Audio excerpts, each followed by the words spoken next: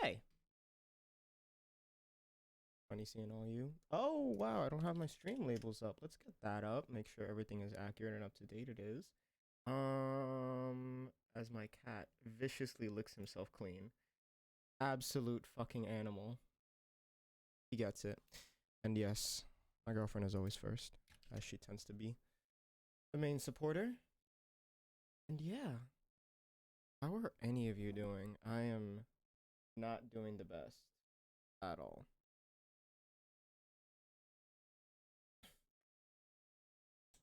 Not gonna lie. Let's see. I guess before we get into the build, I haven't really been streaming because I haven't really had the motivation to. A lot of factors, well, one big factor, but factors in my life kind of end up getting in my way to the point where they either take up my time or take up my mental space, and that kind of puts me in sort of a like, I don't know, I wouldn't call it a depression, but just a point where I'm just like, do I really want to put myself on camera right now and try to do anything really? And the answer is typically no, unfortunately. But I mean, we keep it going, we keep it pushing, and we're back. Hopefully for a substantial amount of time, to the point where I am just got my confidence back in a way. I don't know. We're gonna have to see how that turns out in the long run, but I feel like we're starting on a good note, especially considering this is my first Keycult.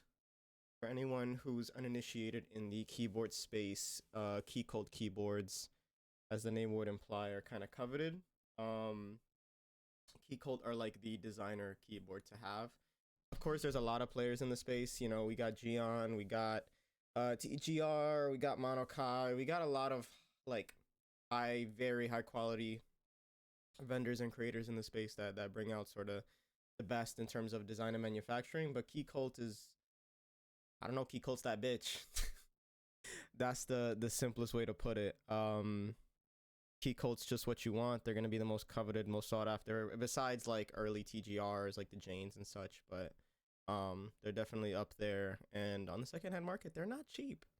That is why this is not gonna be a personal build today. I'm not gonna speak on how much the client paid for their board, but it is definitely not a cheap board. So yeah. With that being said, though, I think we should get started on the build.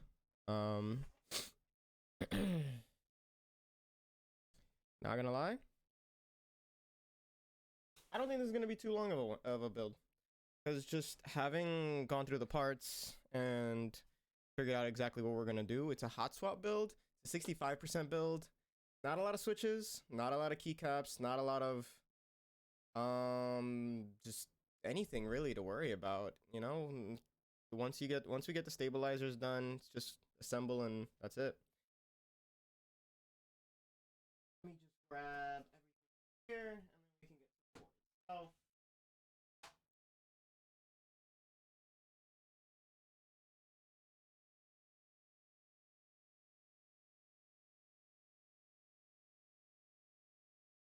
So how, if any, like, I'm very curious, you know, especially considering I tend to have a lot of friends in the stream just for the sake of exposure. You know, a lot of the times your friends are gonna be your biggest supporters, your family, and it's just like very interesting to try and catch up with people over the internet. So I would be curious if anybody did want to pop in a chat, see how they're doing, as I have not been doing the utmost best, but I'm here now, which is a lot better than I thought I'd be at this state.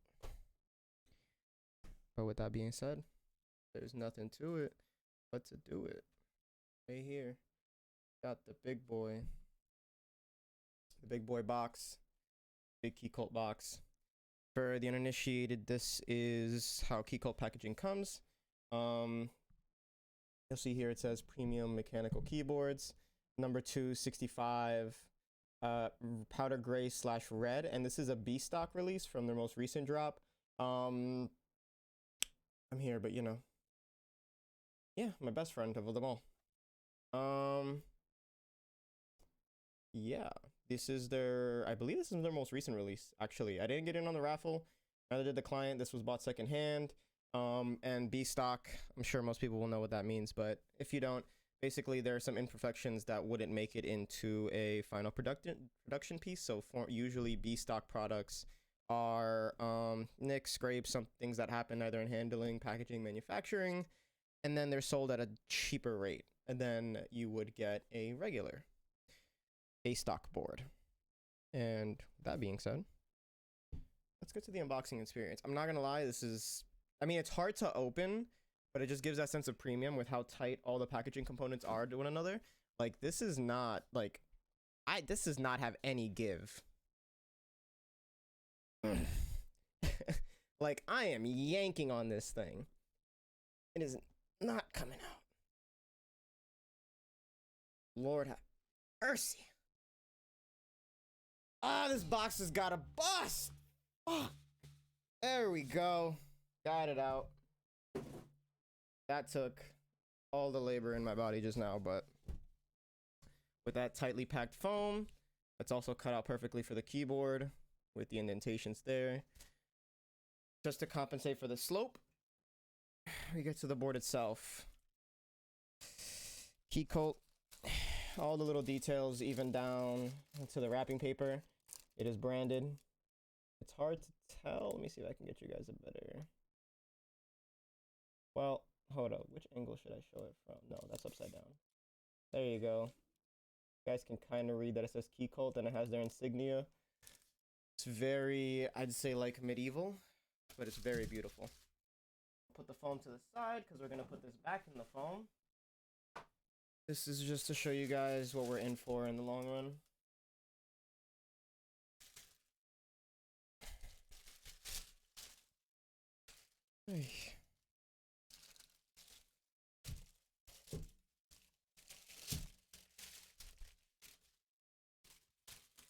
Okay. Now we get to see those colors that they mentioned right here. This is that nice powder gray. Very, very nice, very sparkly. I love the shimmering effect of it. I'm not sure if this is powder coated or anodized. I want a keyboard. Sure, let's get you one. Why not? Though it's not gonna be cheap if you want one of these. This is powder gray and the very nice, deep, solid red base. Big fan of this. Let's see how it looks on the over shoulder cam. You guys can see all the shimmering that you get in that powder gray.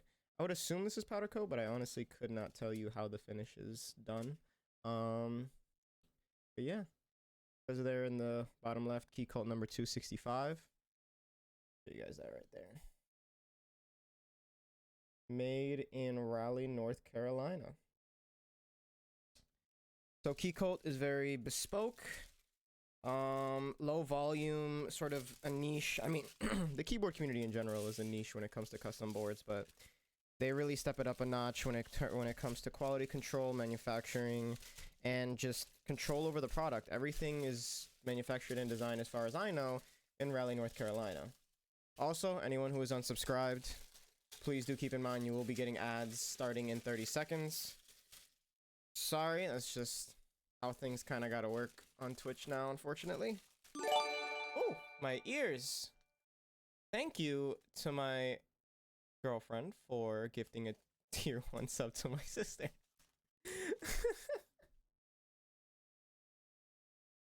Call that an early Christmas present, Rosie.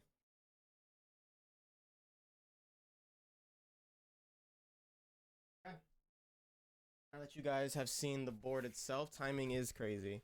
It really is. Now that you guys have seen the board itself, we can get to the accessory packages, which includes quite a bit. It's mostly just the components for the keyboard, but my favorite part is the coveted Keycult card. Now, every keyboard that you buy new from Keycult will come with this little design card.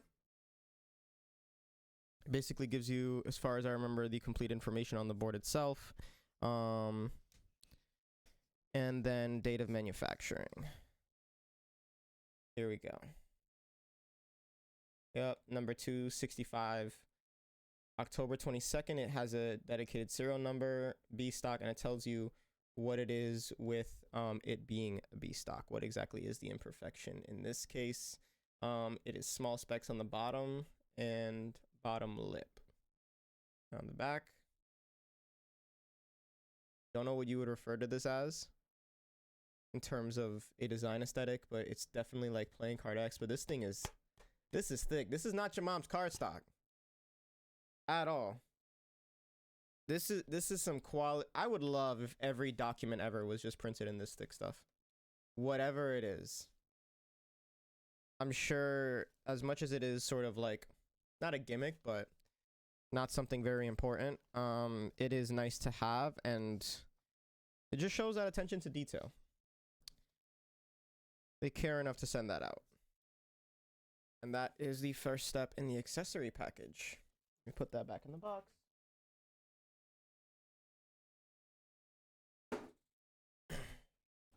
As we move on here, this is the rest of our componentry. So we're gonna have the switch plate. We have Allen keys. Well, I don't even know if I'd call them Allen keys. They're more they're drivers, and the bits themselves are Torx. So they're just in a sort of in a classic Allen key L shape. So this will be our plate. This will be our PCB. We'll get to the PCB in a second because that in and of itself is another designed work of art, just showing the extent to which Keycult will go for their customers. It's a Wilba PCB. Anyone who knows custom keyboards knows Wilba and his PCBs. And here we go. This is an aluminum plate. Nothing really too out of the ordinary, but you do see these leaf spring cuts. So this is meant to give the keyboard a bit of flex, a bit of bounce, and a little bit of give that you really want in your keyboard whenever you're typing. So having something rigid, it could be nice depending on what you're really going for, but for me at least, I like something with a little bit of give. Kind of just makes the typing experience more enjoyable, because typing against like what is effectively a wood board, if you were to have a stiff keyboard, is really not it, in my opinion. Grab this back up and get to the PCB, since that's what we'll mainly be working with for the time being. Wrap the plate back up. We can get to this. This, wrapped up in its nice ESD safe bag, is our Wilba PCB. Now this is red PCB, which is classic Keycult stuff, but it is designed by Wilba. And if I can get it out the packaging, Jesus, this bag is so tight. There we go.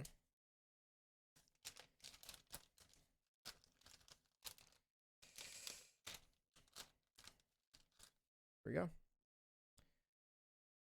See, we got a focus. Keycult 65% PCB revision 3, and then we have our JST connection with our daughter board. I'm going to remove that for now, just so that I don't possibly damage it in any way when we're putting in switches, testing stabs, stuff like that. So for now, JST connector, if it would so grace me with its removal. There we go.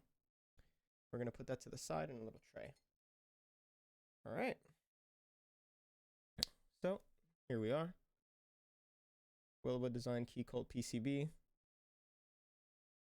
And their beautiful classic red design with Kale hot swap sockets. So as far as I know, these are going to be the highest quality sockets you'll find. You'll see that little text right there, it's hard to necessarily see, but it does say Kale. And we have a fully hot swap build. So that being said, let's really quickly go through the layout and see how many stabilizers we are going to need. I'm seeing a few different stab holes, but I don't see a lot of layout options. Actually, those are screw holes. Okay, so there actually aren't too many layout options with this one, which in my experience is a better thing than anything. Now let's see really quickly if this is a 1.6 or 1.2 PCB. Something tells me it's a 1.6 millimeter, but we're about to find out together, aren't we? I have 1.2 millimeter TX stabs. Let's grab this set out. And let's test out if these fit flush or if they're too small. So for anyone wondering real quick, the reason why I'm saying these might not fit is because these are a push style stabilizer. If you guys have been with me for previous streams, you would know. These push pins go through the board to stabilize the, stabilizer and hold it in place. And then basically that is your whole holding mechanism, where classic stabilizers use a screw instead. You just have this push pin. And with that push pin, there is a certain depth for, oh, yeah, this is a 1.6. Okay, that answers my question really quickly. These are made to a certain depth because they are a push style, because there are basically two depth of PCBs that are currently in the wider market, 1.2 millimeter, 1.6 millimeter. This PCB, as I suspected, just from glancing at it, is a 1.6 mil. Not that there's too big of a difference, you know, it's 0.04 millimeters, but it's enough that a stabilizer for 1.2 just won't fit. You can get a 1.6 millimeter stabilizer to fit in a 1.2 PCB, but you might get some rattle just due to the slack in it.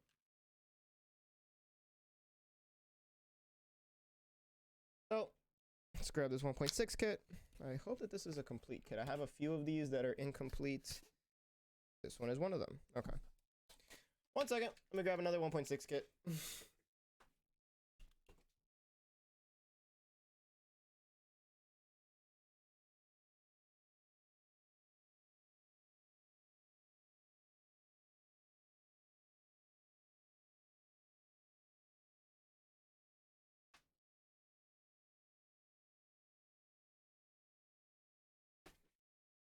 There we are.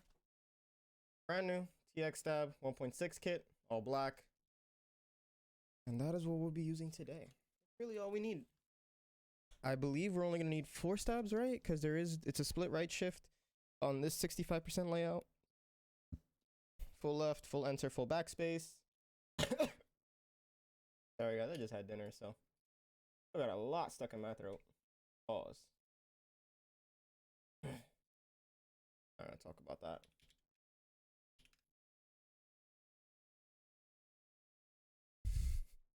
I really just said that out loud. Alright, let's see. Get some music going. That is to the wrong audio source, friend. Scuff stream, scuff streamer. That's okay. You can fix scuffs. Just polish that shit out. So, we're gonna have a 6.25U spacebar. That'll go there. Oh, did I lie? Is this a 7U? Oh, I lied. This is a 7U. That's okay. I have a 7U kit that I can go grab. Actually, is this one? No, that one's 6.25. Okay, so this is interesting. I did not know this was 7U layout because I have not experienced the 65%. That's 7U. That's 7U. That's new for me, but that's okay. We got provisions for that as well. We're gonna have 1 stab there, 1 stab up top, and then 1 on the left. And that, my friends, is all the stabilizers we are going to need for today. Let me go grab that 7U wire.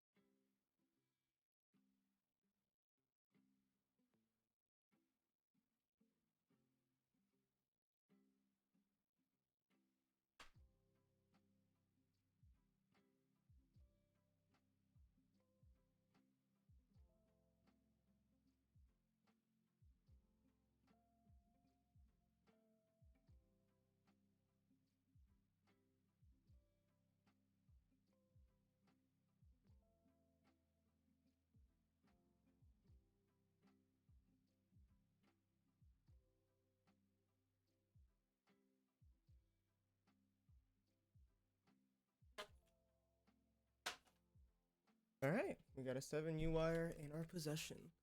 Now we can proceed. Just gonna very quickly confirm. Yep, 7U, and everything slots in perfectly.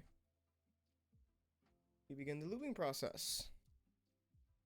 Been a minute since I've done this, so let's hope I remember what I'm doing, especially on something as nice as this.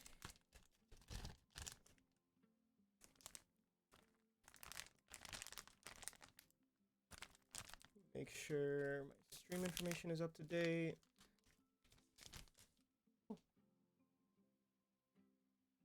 me really quickly update this. Update my tags real quick.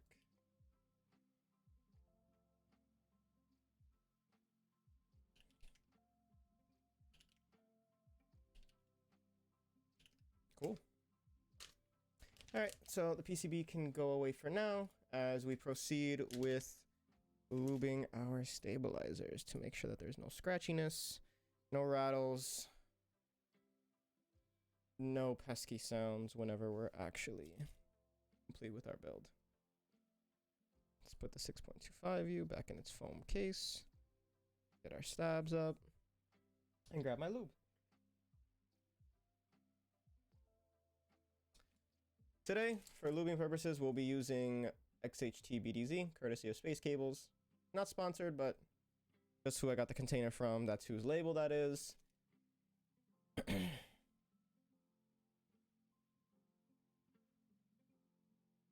I guess while we go through these remedial tasks, I guess I can go a little bit more in depth about sort of what happened, why I wasn't streaming, the sort of lack of motivation. That was kind of a culmination of mainly my car, I'd say. I'd consider myself, oop, I did not update. Whoops. Let's just pretend that that didn't happen. While I very quickly update that. Everybody, my best moderator, my wife. That's my bad for not updating that.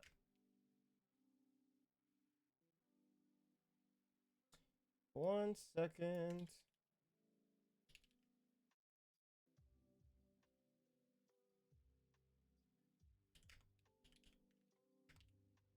There we go. Now that's updated. Let's try that one more time. For anyone who's remiss about what's going on, needs to catch up. That's what's going on tonight. That's our build. That's what you're here for. And I appreciate you being here for it. You did. You definitely did. Because my dumbass forgot to update that. Definitely my bad. It was a little bit hectic getting the stream up and running. But yeah, check it out in chat if you need all the full information. By all means, ask any questions. I'm here for all of you. Love to be a part of here. Let's see.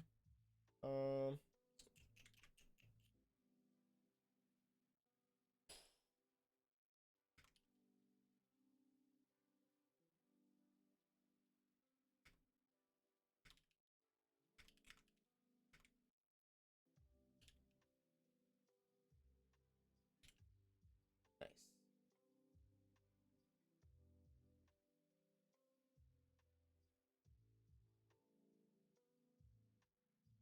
Perfect time for that, as I am tweeting out the stream one more time. If anyone would like to check out my other socials, like what's going on here, by all means, you have the link there. If you want to join my Discord, chat with me, chill in there, maybe discuss keyboards, gaming, whatever you're sort of into. I'm kind of into a lot.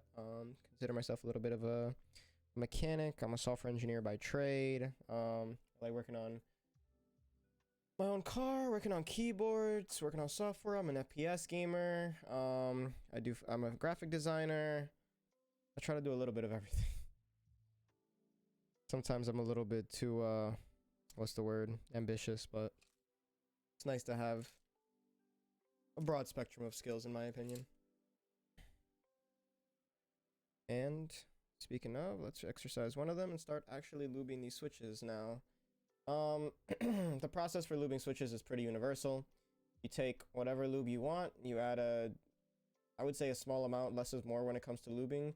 And then you start with the switch housing, put a little bit on the interior, not the exterior like I just messed up, and just line all the interior walls with some lube. Now, I don't recommend tasting it, though I have, and it's quite fucking bitter. Not gonna lie, but hey, if that's your thing, I'm not gonna judge you. I mean, I should, but I'm not going to. All I'm saying is if people try to get you to taste lube for money, don't do it. I mean, take the money, but just don't do it.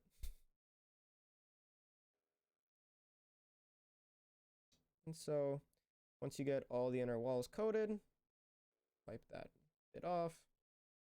That is a lubed stab housing. And then we'll get to these little guys, which are the stems, or plungers, or whatever term you want to come for it. And then lastly will be the wires.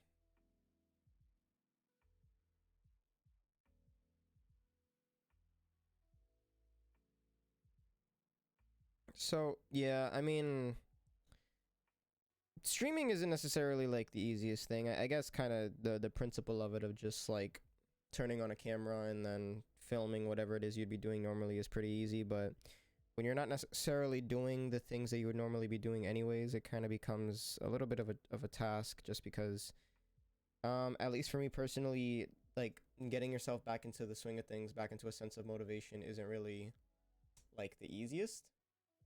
I'll get you guys a better view of my cat as he takes his, well, I wouldn't call it a nap. It's 8:30, so he might be knocked out for a while. Hopefully he doesn't end up with the zoomies at like 2 a.m. because I got work in the morning. But trying to sort of snap back into reality and be yourself and do things is difficult when you've got like outlying factors. And for me, a big one was definitely dealing with my recent car troubles. Like I said, I fancy myself a bit of a mechanic, do my own work, but I'm definitely not in a lineman shop or a lineman rack. And there have been subsequent issues with my suspension and possibly my tires. I'm not gonna lie. To give a quick history, basically lowered on coilovers with roll center adjusters, which should correct bump steer, but I got worse bump steer after their installation. And I'm going to get an alignment sometime in the next few weeks. But I'm replacing my front lower control arms this weekend, but it's just been difficult to really focus on anything else, because not only am I been having suspension issues, my exhaust ended up ripping itself apart because God, do we love salt in New York. The amount of rust in my exhaust system was just absolute fucking insanity, to the point where at the flanges it ended up ripping itself apart. I couldn't do anything about it. Had to get a new exhaust. Well, a new cat back. Which honestly, now that I think back on it, I probably should have just said fuck it and gotten a proper HKS kit, or even just an STI muffler. I drive a Subaru. I tried to get a little bit more sound, a little bit more grunt out of the 6-cylinder in my car, but honestly, at the time, I just really wanted the thing quick and cheap, and the way to do that, the quickest and cheapest way, was to get stock replacements from reputable companies. So that happened. That's all up. I painted the flanges so they didn't rust, and yeah, that all works out. Fortunately, the exhaust was a pretty easy thing to figure out, but then lo and behold, when my axle went, when my exhaust went, or around the same time, one of my newly replaced axles decided it was just going to split itself apart. There was a puncture on the inner axle boot. And again, these are brand new axles. I've had them for like a few weeks now. Also, if anyone here is not really into the car talk, let me know. I'm kind of spitting off the dome just because it's been a very frustrating few weeks. But if you're not someone who's very privy on cars and components, I can either go over them, or I can just change the subject entirely if you're not too interested. But this is just me sort of speaking my mind freely on what's been going on with me in my life the past few weeks, as we keep the builds a-coming. Let me see if anybody online right now. Trying to get Justin in here, maybe talk to him, but he doesn't seem to be online right now. He might be streaming later. Brown Bandit J in chat if he pops in later. Don't forget about the boy. I did post that I was live, right? That is a thing that I did, I think. Huh. Wait a minute. My bot isn't working. Just realized that. What's going on with my bot? I didn't post to my my Discord that I'm live. That's very interesting. I wonder why that is. Oh, I have to log in again? Are you serious? No wonder my Discord bot didn't go off. That is frustrating, but if anyone wants to join the Discord and know when I go live, Shout out to the wifey in chat to say exclamation point Discord. You did. I'm here. Oh, I know, but the announcements didn't post, and I appreciate you being here always. I love, but it doesn't appear as though they went off in the actual Discord, so it's interesting. What happened? Are my notifications still there? Yeah, my notifications are still there. Okay. Let me see real quick.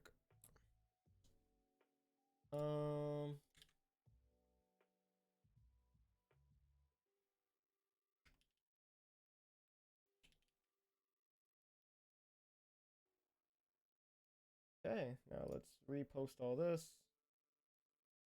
Go into there.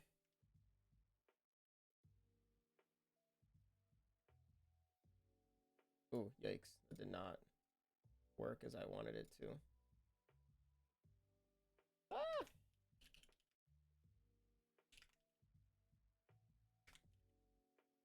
There we go. Hopefully good.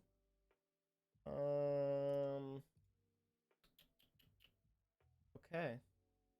Hopefully that functions now. For whatever reason, it didn't embed the stream either.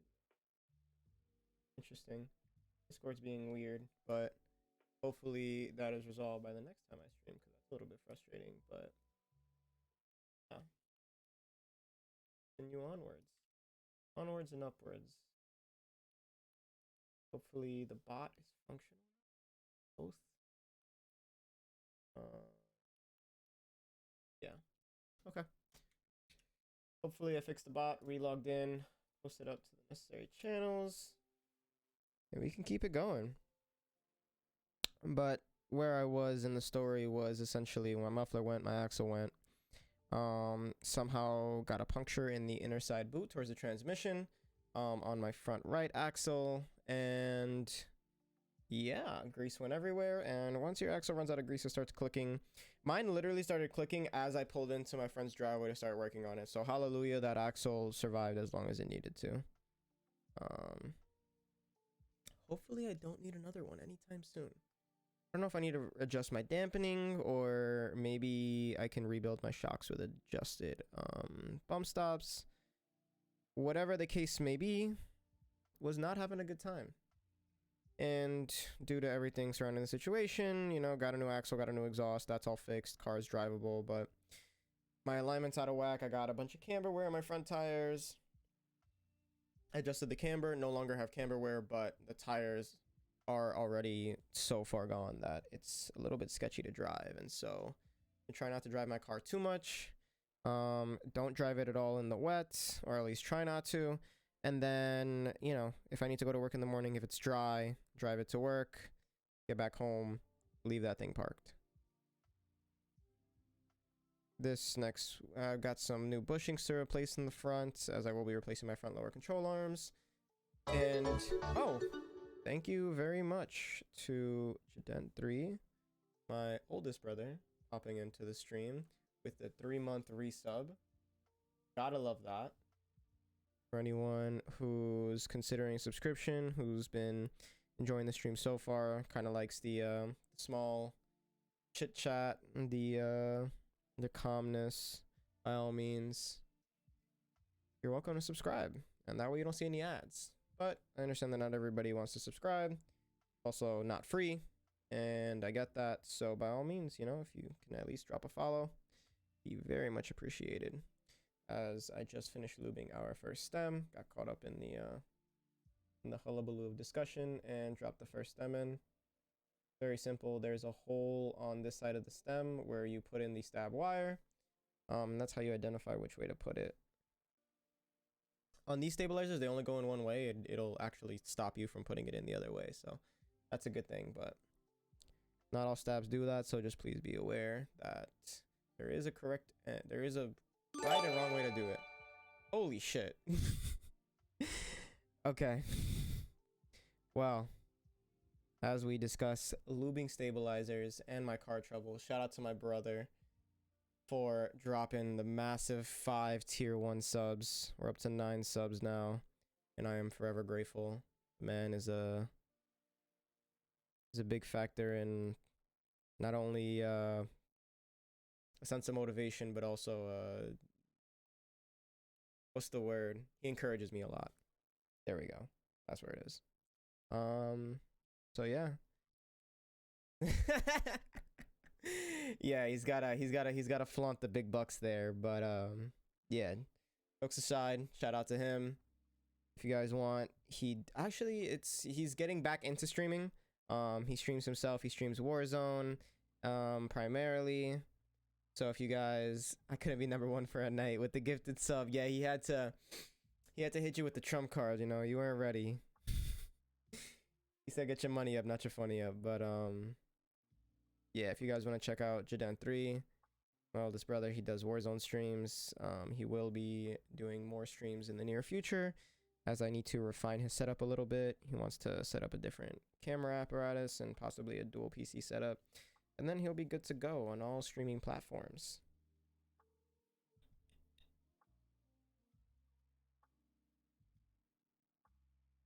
He really did not want you to be number 1 at all. Not for a second. Let's finish getting these stems up.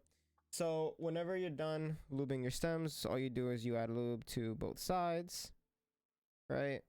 And then you put it inside the housing itself. Once you're done doing that, and again, it doesn't need too much. It's very easy for me to display to you guys how little of like a skim coat I'm using of lube. I waste some on my finger. With these black stabs, it is generally not a lot. There is nothing like caked on. It's very thin. Sorry, not sorry. Yeah, my man has no remorse. Yeah, then you just drop the sucker in. And we keep going. Yeah, he needed not only the founder's badge, but he also needed that number 1 spot on the top donos. Well, for those of you that got free subs, you don't even gotta consider subscribing. You got it for free. That's Lisa, Courtney, Ethan, Destiny, and New Bold One, and I appreciate all of you whenever you can pop into the streams. I know you're not in here right now, but you know, future thank yous for when you guys pop in.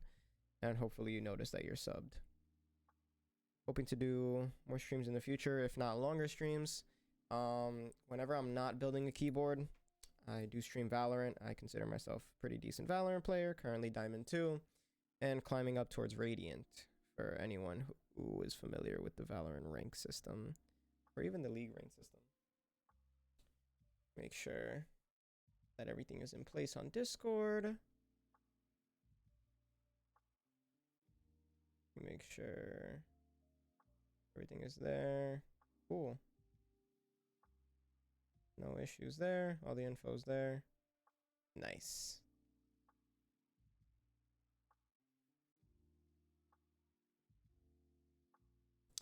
Only 2 more stems, then we start getting to our wires, and then that's practically final assembly.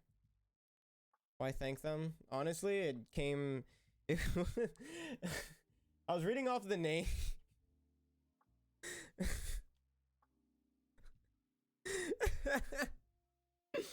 You're not wrong on the why thank them. It came naturally just reading off the names, and then I was like, well, I gotta fucking roll with it now. And what are you trying to look at when you do exclamation point points? Because your channel points will be under the send a message section. They're not, but hey, you guys are, and that's all that matters, right? But if you're trying to see how many channel points you have, Joey, it's right under where you say send a message. There's a little bubble. It'll tell you how many channel points you have.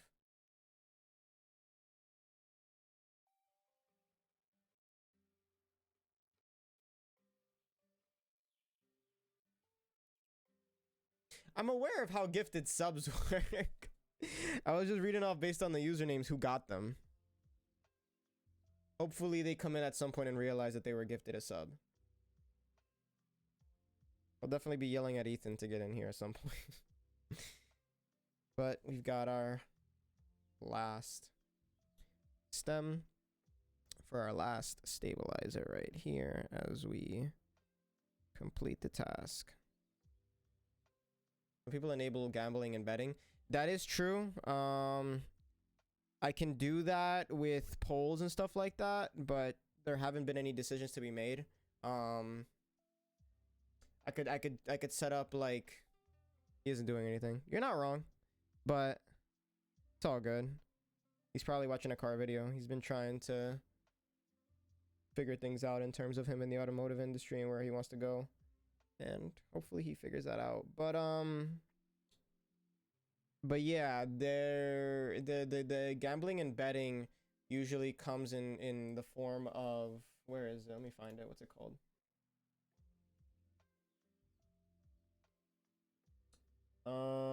I can do predictions. So like I can ask, like, you know, how long do you think the stream will take? Stuff like that, or anything that would require some form of decision, and then you could put points on the line to gamble. He's playing MW2 MP. Well, good for him. I hope he enjoys it, because honestly I've not been big into COD recently, but I hope that he enjoys it. MW2 has been seeming like a very like pub friendly game, like very like hold your handy. So hopefully it's great for a mass audience. As we get started with lubing our wires for our stabilizers, you essentially want to coat the entirety of this L bracket, because that is those are the contact points between the stabilizer wire and the housing. And here you can add a generous amount. I wouldn't go crazy, because you don't want mushy or squishy stabilizers. You don't want anything making noises.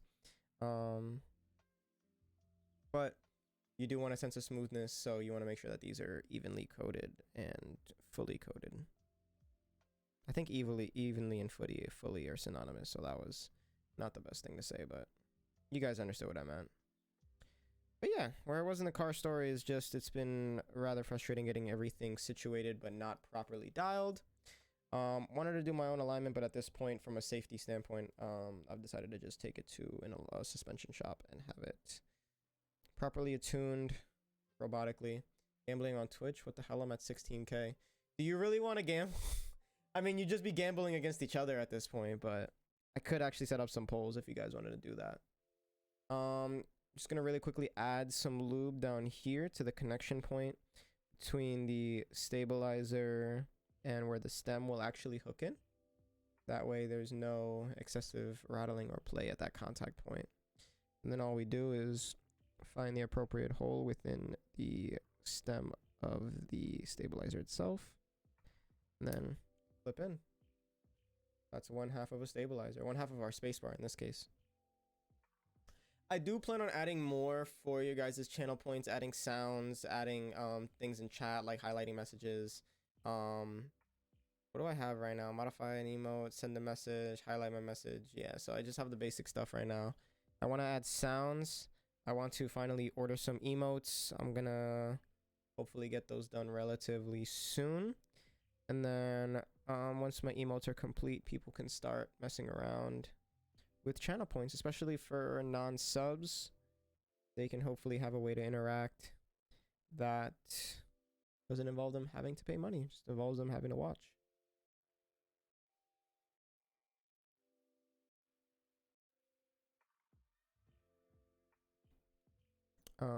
But I think that's pretty much everything involving activity. People can duel, mods do raffle, and bet points on an auto raffle.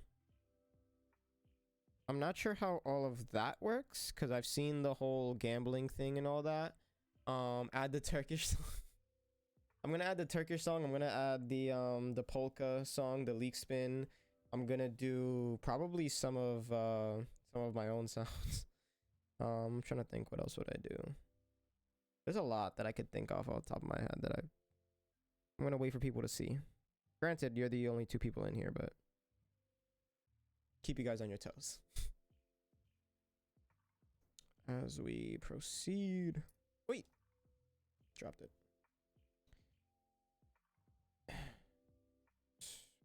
In there. Plunger in the housing, and then stem inside of wire inside of the stem.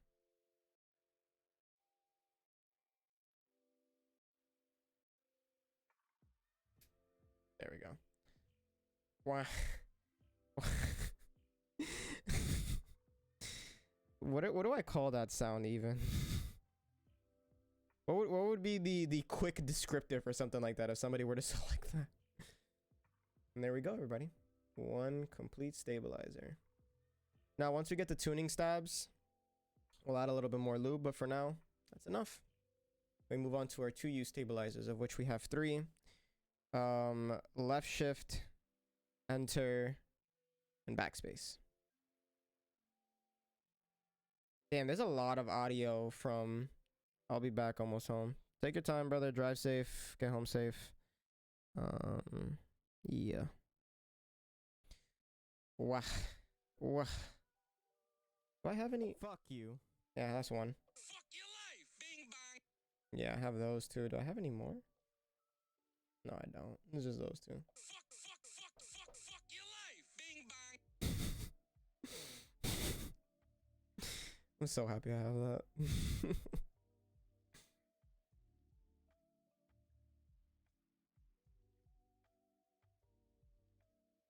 Do I have my stream labeled as 18 plus? I hope I do. I don't want to get flagged by Twitch for not having appropriate ratings or whatever. If that's even a thing, actually. I don't know how tightly Twitch manages such stuff. Again, add a little bit of lube at the mounting point for the switch housing. And we go in there and then clip in. You get banned now? Imagine. Bro, the way I'd be so fucking flabbergasted. Shout out to anyone currently watching. Anybody lurking. I appreciate you and I hope that you stick around and enjoy the stream. Currently, we're just lubing some TX stabs, 1.6 mils. Excuse me. For this Keycult number 265. Beautiful board. Well manufactured. Hopefully doesn't get me banned. Yeah.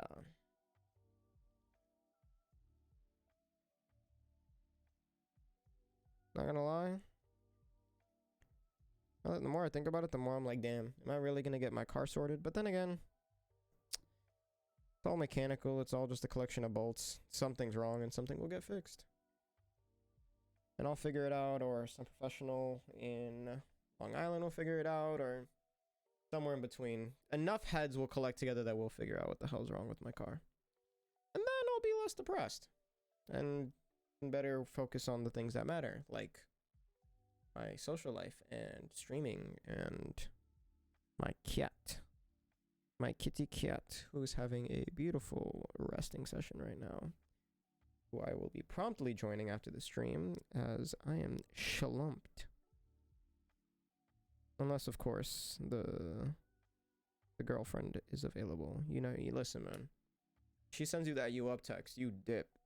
I do not care what the circumstances are. I don't care what funeral home you're in. You're running. You're sprinting. You're getting the fuck over there. Your girl hits you up, bro, you answer and you go.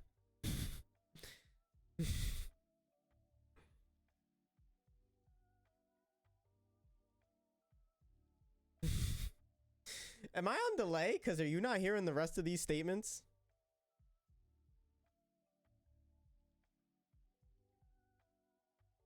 What do you say fuck me for? Like, relax, 50 Cent. I never said that.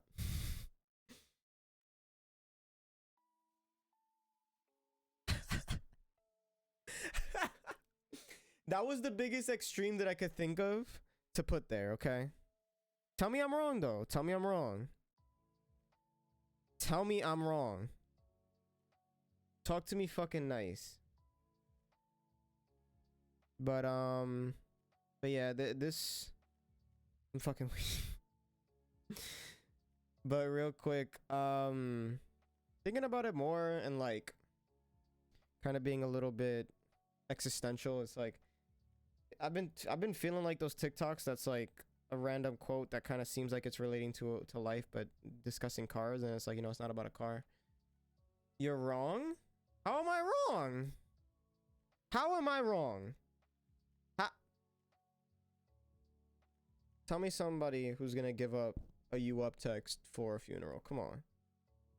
Come on. Priorities. I mean, obviously, for future reference for YouTube, for anyone who pops into the stream as I'm discussing this. I'm being sarcastic, but to my girlfriend, am I wrong? Because no, I'm not. I know I'm not.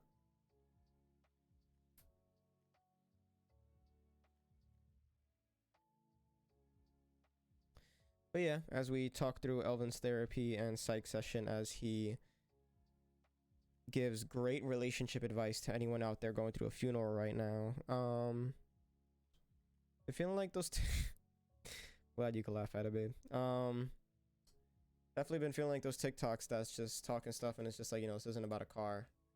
Like, yeah, it really isn't. It more feels like more of a sense of failure on my end just because of the amount of work I put into it. But then, you know, it's a matter of not being too hard on yourself and being like, you know, at the end of the day, I'm learning just as anyone else who develops new skills. And I'm relatively new to Subarus. I'm not new to suspension geometry in general, but it is something that I'm still learning, something that I'm still processing, and something that'll get better over time. I'll get some toe plates, get some string, get some tape measures, learn how to do my own alignments, and then that's it. I'll be driving straight for the rest of my life.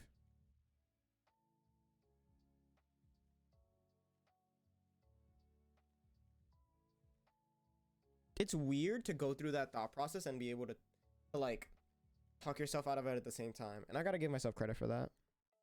I would not have been able to do that and sort of not really wallow in my self-pity a few months ago. And I gotta thank my best friend and my girlfriend, as well as my therapist, and then other friends and family who really help me keep going. I'm not gonna lie, like, not everybody tends to know what's really going on, but I've been at such a place in my life where the people closest to me are such great people that they don't really have to make me feel better. And it's nice to have that, and I hope that anyone watching right now has that.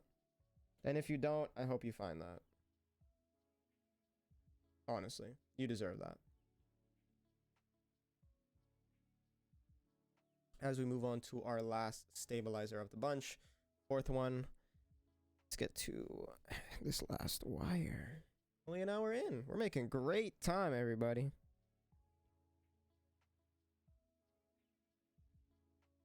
Check out the announcements in chat for anyone wanting to join my Discord server.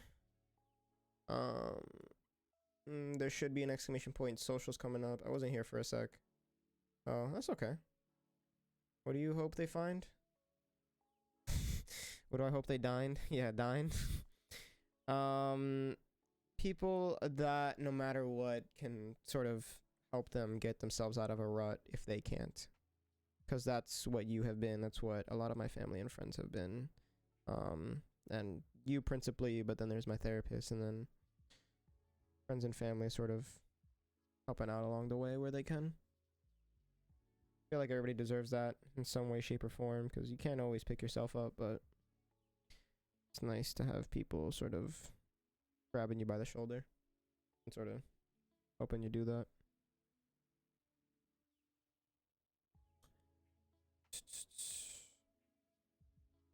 Weird to talk about this in sort of a vulnerable, half public sense, even though I'm technically only talking to 2 people, but interesting to be able to do this comfortably no matter the viewer count, because I'm not always looking at the viewer count, you know. I don't try to treat it. My streams are always going to be the same regardless of how many people are watching, who's watching, and that's just me. But it's interesting to have a sense of growth enough to be comfortable enough to discuss these things publicly, because not everybody can, and I don't know why I'm so comfortable. I don't know what makes me so comfortable or have that sense of vulnerability, but it's cool. It's different than I've sort of experienced life. It's not something that I've never been like really trained or shown that's like a normal thing. My family's very private. Don't really discuss things. Thank you. Thank you to my wonderful girlfriend. Anyone ever needs info on her, 1, I'm going to be looking at you weird, but 2, you could do exclamation point wife in chat. I believe it's exclamation point wife in chat. I think that's the command. If not, don't quote me, but I'm pretty sure that's what the command. But don't. That command's for her. Now, if you do that command, I'm going to be looking at you weird.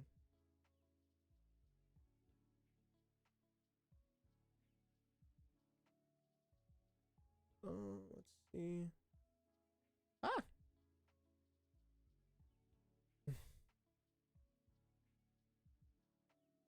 There she is. Yeah, it is. Exclamation point wife.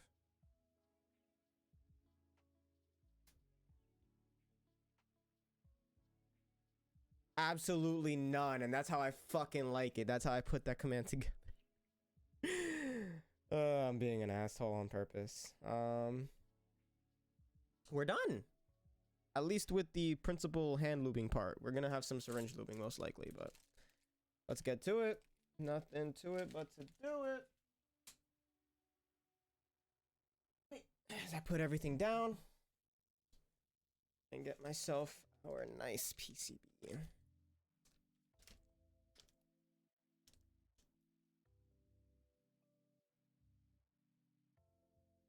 But so it prints my resume. Yeah, that's how we'll get you a job. My Twitch chat. Did the screen just flash? Did something just flash on screen? For anyone else? Or was this just the thing on my OBS? I have no idea what just happened.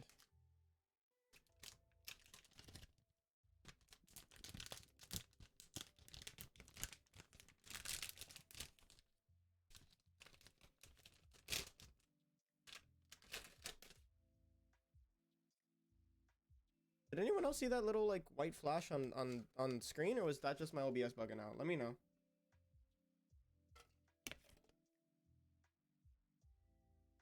Wait. What just happened? My camera? I just saw a hitch on stream. I looked away at the very second, please. You're fine. I guess I gotta keep the stream up. Let me pull my own stream up and double check this. Because it's being wonky. Also want to make sure we're in focus here. It's a ghost. Imagine. That would suck. Make sure we're in focus here. Perfect. All right. Keep chat up. Where's my chat? There we go.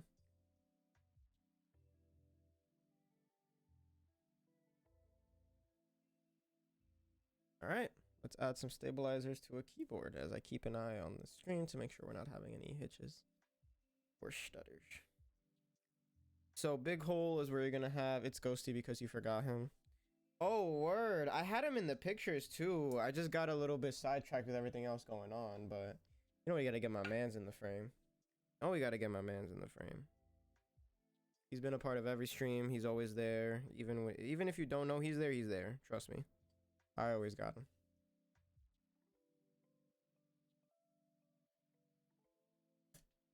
Okay, that's one end plugged in.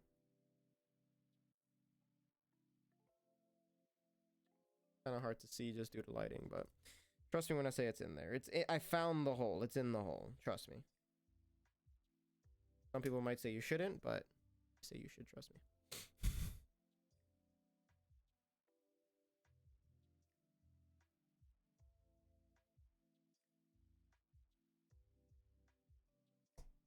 All right, there's one, two. And right now, all we're doing, I'll show you guys on the overhead, is quite literally just pressing down on the pegs here and making sure they're going through the PCB. So there we go. We swap over here. So once the keyboard is held in place with the back legs that sort of lean in, then all you got to do is make sure it's fully through the PCB and then just press down.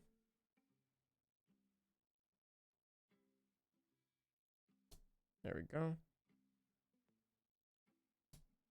And there we go. Last stabilizer to place. And then we'll get to installing the stabilizing pegs. That's what I'm going to call them, because they're basically little pegs that go into the slits on the PCB itself. So you'll notice here, if I can get the lighting correct, it'll focus. Yeah, so where the light's shining right now, you see that division in the triangle there, that gap. Within that gap, you would place. Oh my god, it's focusing on my hand. Are you serious? Please.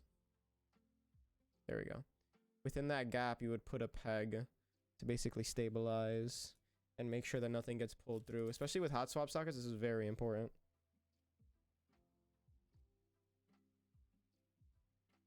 Ooh, just realized something. This one isn't fully through. Weird. How does that even happen? Okay, there we go. Since I just processed that could even happen, let's make sure that they're all fully through.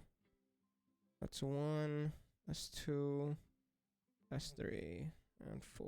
Okay, all the switches. I would focus on that too.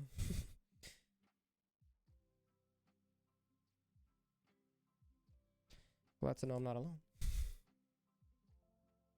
Oh my god, why can't I get this bag open? The hell?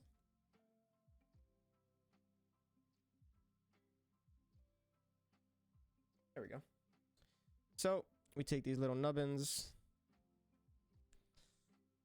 take them off of the central plastic piece, and then all you're left with is this little thing. And then what we're gonna do with this is we're going to place it in between the gaps on the stabilizer itself. So we're gonna start with one here.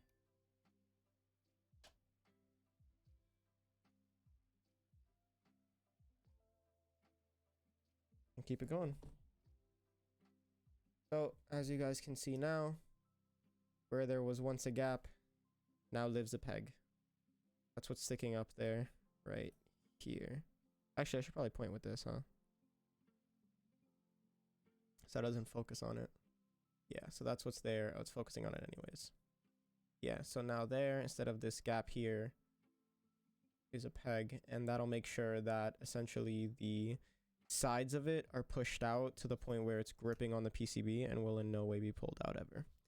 This is especially critical with hot swap sockets, as you will be ripping switches out. Thank you to my girlfriend for all the encouragement she provides. By the way, gotta say that publicly, since I feel like it's not enough to just text her that. You guys need to know too. And I hope that you're out there encouraging your friends as well.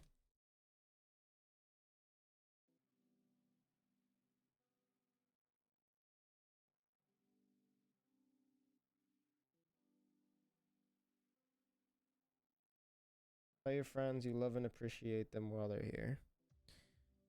If there's any advice you take away from any of my streams, besides take care of your clients when building custom keyboards.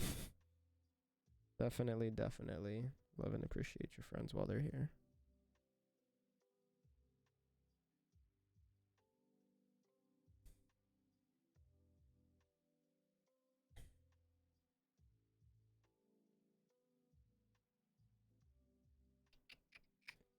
Now it's just literally a rinse and repeat session until we get around to our plate and putting some switches on. Let me actually double check that this is an alu plate.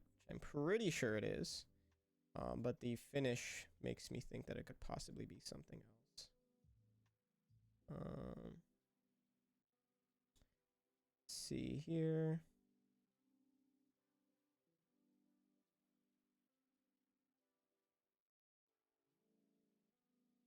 Doesn't even say. I'm just gonna assume it's alu from my experience. Though I've never had a Keycult myself. And it doesn't state anywhere. So we roll with the punches on that one. Let's continue putting our pegs in.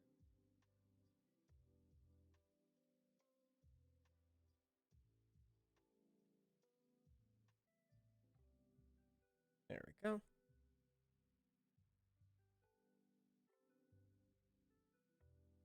Last set of pegs before we're done.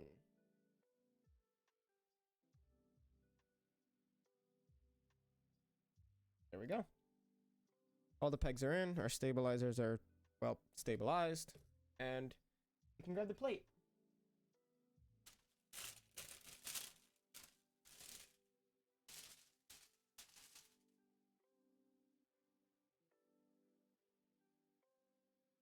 Now with the plate released from its packaging, put that right there.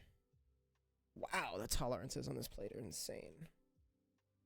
And we get to our switches. Gateron Black Inks. Personal favorite. Nice, stocky linear. For anyone who's uninitiated. Definitely one of the best, though one of the most expensive switches you could buy. Not necessarily like what I would tell someone to get immediately, but definitely one of those switches that you have to own at some point in your life, or else really what are you doing? So far I haven't really been seeing any micro stutters in my stream, so I'm going to try not to focus on it. It might be just this camera too, but for now, not seeing anything. Just grab some switches and get to work. Let's make sure no pegs are bent. Start putting stuff in. Dang, the tolerances are tight. I can't even get the plate up. Lord. They do not play. Keycult does not play. Gonna add some corner switches mainly for stability. And then we'll go ahead and finish up with the actual stabilizer switches.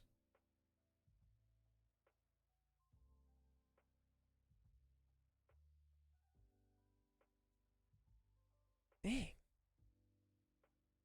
This plate is hard. Oh. Hello? Damn. Damn. Can I get the switch out even? Oh my god, the switch is stuck. Okay, there we go. Okay, well. Technical difficulties. Oh my god. This thing is like scraping the walls of the switch. These are brand new switches too. Well, most of them are. Some of them are some oldie that I had. Jesus Christ. That one's done. That one's in its plate. And let's put these two in and hope that the rest aren't as harsh on me. Why is this so... I mean, I guess that's what you pay for it, right? You want the tight tolerances. You want something high quality.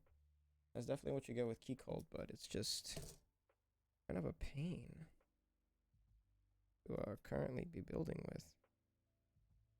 Someone who's just trying to get this thing together.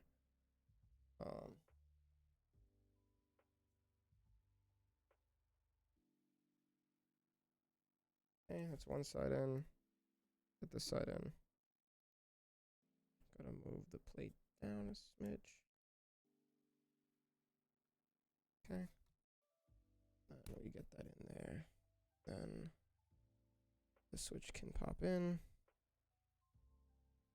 And there. Much better, much easier. Jesus. Took so much force. Gonna add 2 more corner switches, so we have all 4 corners. And then we'll get to... Jesus. Please, just go. And then we'll get to the stabilizer switches.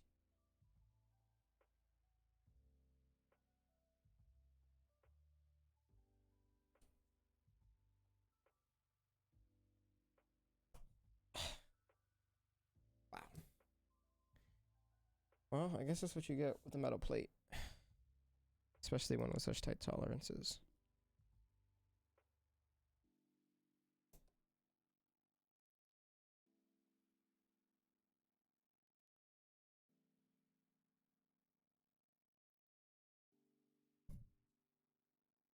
Because of the leaf springs, I can't really pull up on the plate to get the switch fully seated, which is a bit of a shitty thing.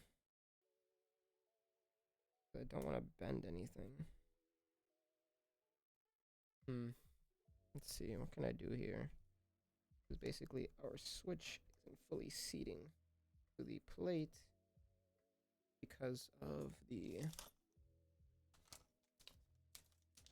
way that the plate is so rigid and such tightly made to switch housings that it's not really going. Let me just try. Dang. I don't want to scratch the PCB at all. So putting anything to wedge in between isn't really an option. What choices do I have right now? I can pick this side up, I guess. I can pull out the switches from their switch sockets and then try to push it out with the switch plate off. Dang, do I gotta do all the switches like at once? Is this one of those keyboards? Because that's what it's kind of looking like right now. Oh my god, I can't even get them out the sockets. Guys, of all the hot swap keyboards I've ever built, this is definitely the hardest. Let's make sure that I'm in, since apparently I have to control all these switches at once. Oy, oy, oy.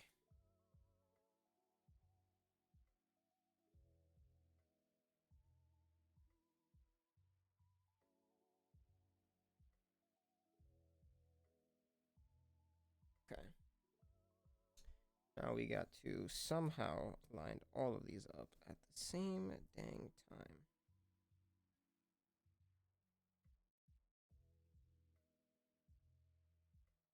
They really do not want this keyboard coming apart. By any dang means. I mean, to be fair, I'd rather have something that's not gonna come apart than something that will, but to this extent it's kind of nuts to see. Actually, let me put in the other stabilized keys before I end up putting myself in more of a freaking situation. Oy, there we go.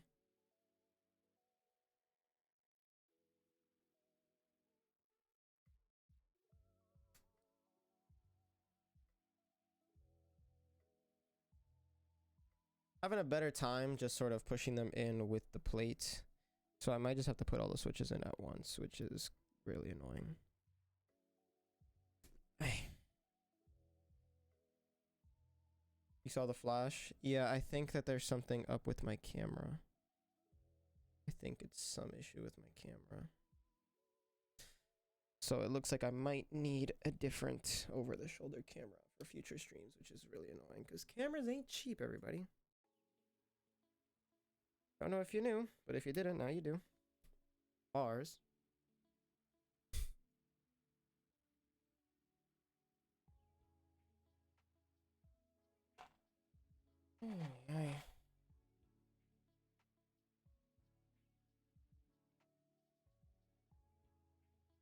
Oh, this switch is like not okay. Huh, I wonder what happened here. Let's see. Oh, the switch film got outside of a peg.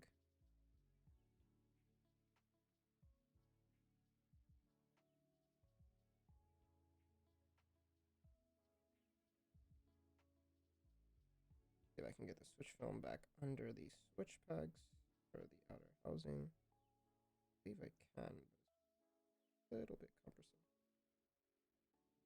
For anyone wondering, these are lubed with Krytox 205 grade 0 and then filmed with desk key switch films to get the most stock out of them.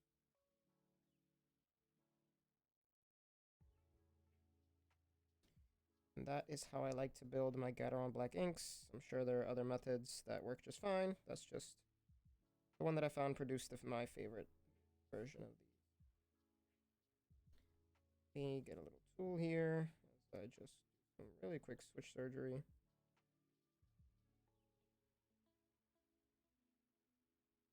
Okay. Now I think this switch is surgeried enough to go back. Oh. So that may be the case. Cool. It just flashed again? What does it look like when it does it? Is it just like a stutter?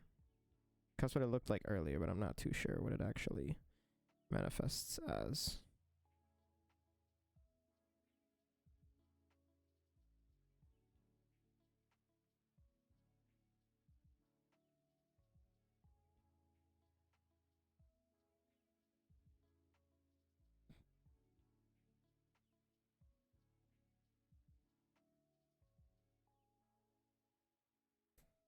There we go. Now that switches it place.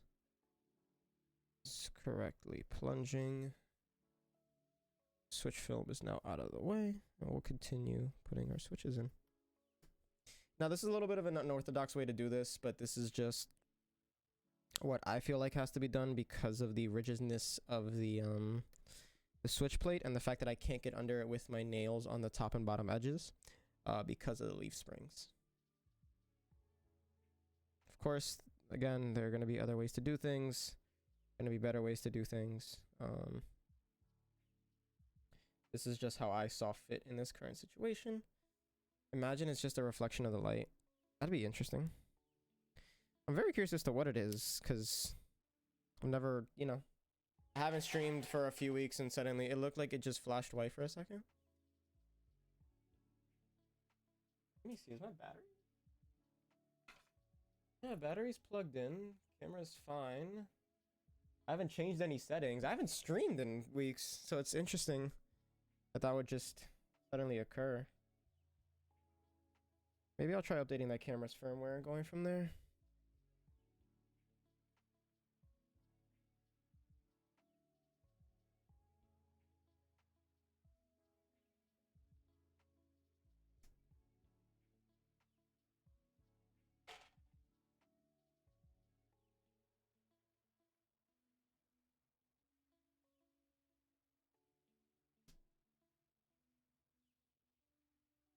Okay. We can keep going along and putting in more switches.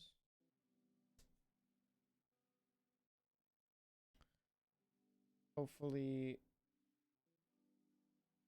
they don't give me too much of a hassle lining up, because that is gonna suck if they do.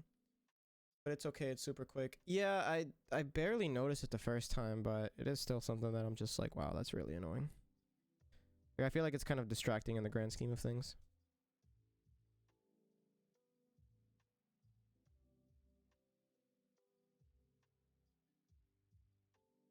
Just gotta very quickly do another case of switch surgery, just because I have another switch film gone rogue. Let me see, is the other side fine? Other side is fine.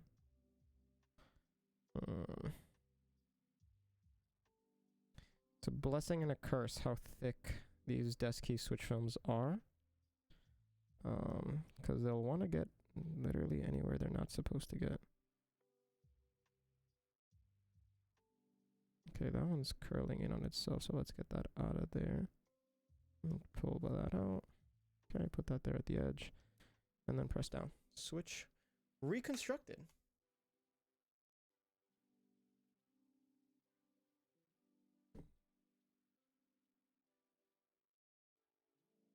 And now we keep going.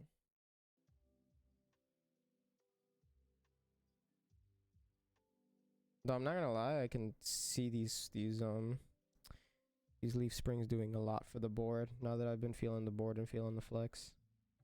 Can't wait to see the results and hear them as well. Thank you for anyone available to tune in. I appreciate you being here. We're gonna keep going.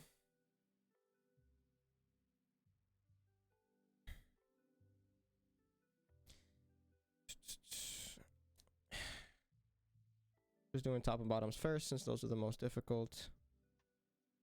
And because again, the leaf springs make this not an easy job. And for now, just to try and mitigate the issue, we're gonna try to use the overhead cam a little bit more. Try to dedicate the over shoulder cam for later shots, full assembly and all that.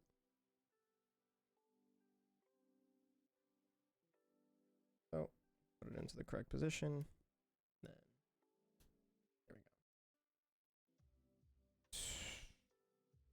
Gotta make sure all these are straight. Surprisingly, it appears as though they all are. To be fair, I did straighten these prior to this stream, but I didn't think that they would stay straight in the container.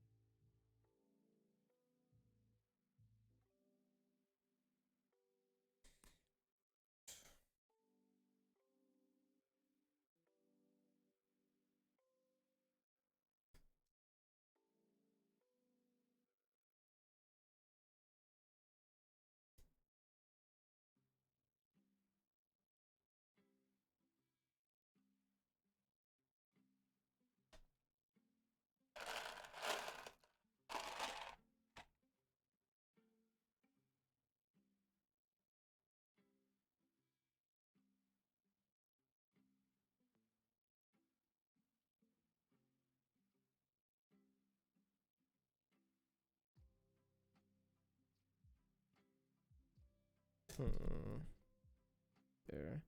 This is one of my used switches, and it appears that there's... Can't tell if that's solder or a contact pad stuck onto it, so we're not going to use that one. Put to the side. Oop. Getting a little bit more difficult as I run out of surface area. The more switches I put in.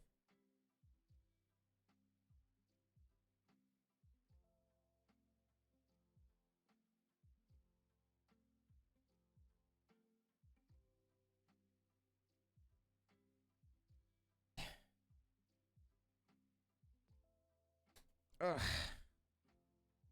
Jeez.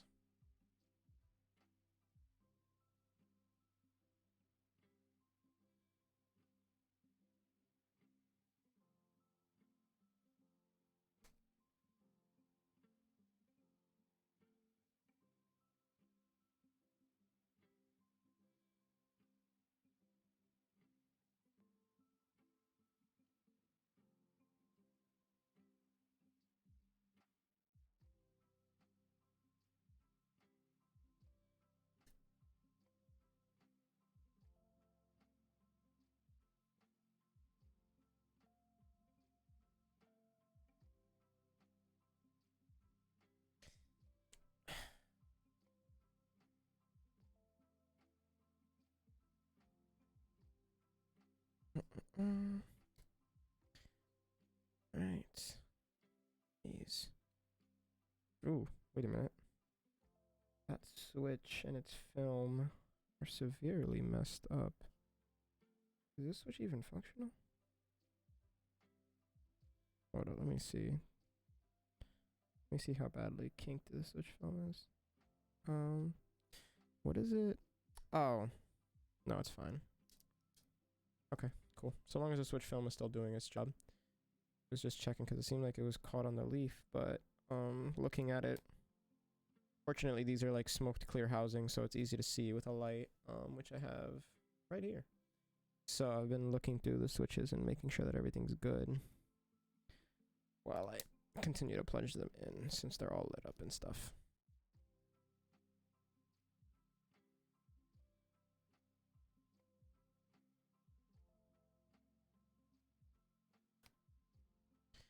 Jeez. I'm more than confident that a few switches are going to end up with bent arms or bent contact points once we're fully complete and fully press all of them in, but that's okay. Nothing we can't correct with a switch puller, you know, plate forgiving. But let's hope for a perfect assembly. 'Cause right now, with the way that this plate is fighting me, I can't really afford not to be. You see really quickly, halfway through, a little bit of a progress check. Those are good. Middle ones all look good.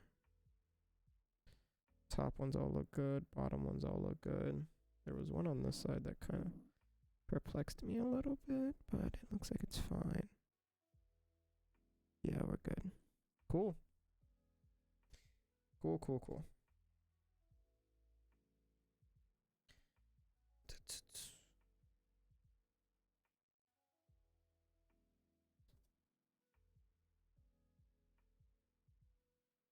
This is gonna suck.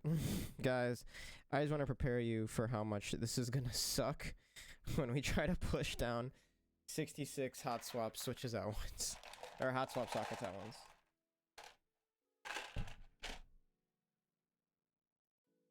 Pushing into hot swap sockets in general is hard enough, but doing 66 of them all at once is gonna be fun in a sarcastic way. But hey, we're on this ride together, right? These are super smooth, lubed with Krytox 205 grade 0. They're naturally pretty smooth, being Gateron black inks. Add the lube, add the switch films, you got something that's smooth, thocky, and nice to type on. Yeah, I'm not gonna lie. If the client ever wants to rebuild these, good luck to him. I don't see how you really would. Like, this switch plate makes it so hard to pull switches out. You're gonna have to like just rip the whole thing out as one big unit and then like pry up on the corners and then hope that the rest of the switches give out. These are also KL hot swap sockets, so that's probably not gonna happen either. Godspeed to anyone who tries to rebuild a hot swap Keycult, because this thing is not gonna come apart easily, like at all. And it's crazy that their tolerances are this tight.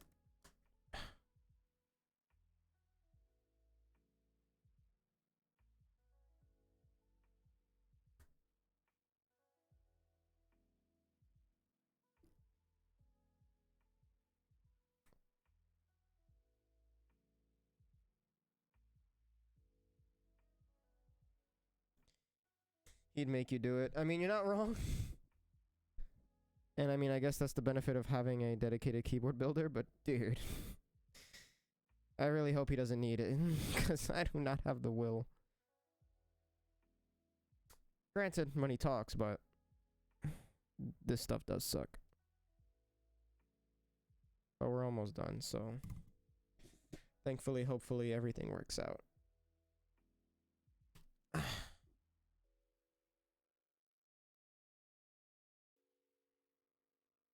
Jesus. Thank you guys for sticking around for the 1.5-hour stream so far. We're probably going to be done around the 2-hour mark and call it a night. But, yeah, it means the world to have anyone stick around and watch for this long. Even if it is, no matter who it is.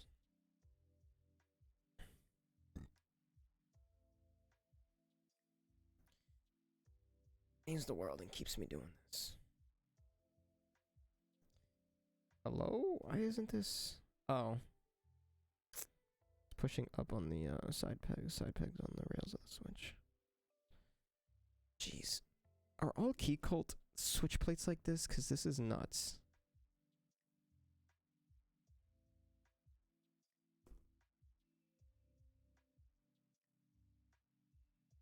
Power tools and vacuum stock. That too. That too.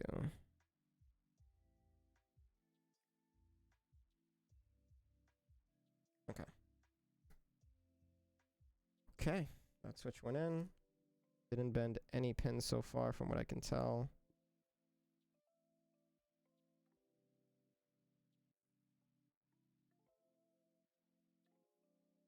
All right, let's wrap this up. Let's wrap this up. I want to see this thing built.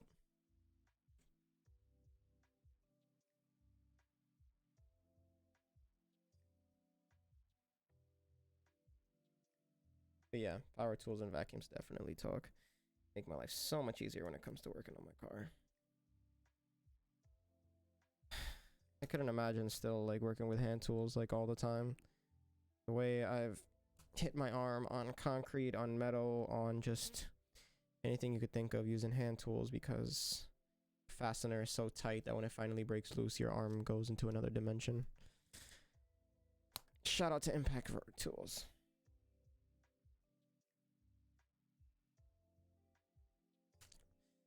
We're at the point in the stream where we're shouting out inanimate objects. Someone save me. Shout out to the inventors of Impact Tools. How about that one? That one's probably a better. 3 more switches to go. 1. 2.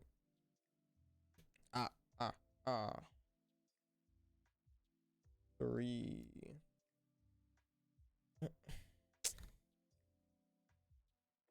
Gotta press down on the side of the switch because one of the legs that hold the switch housing together is stabbing against the plate. There.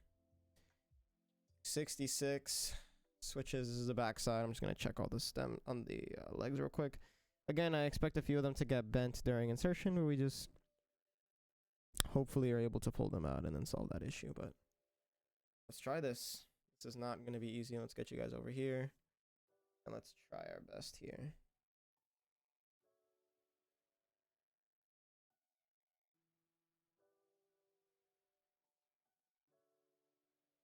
I just got one edge. Okay. edges all lined up.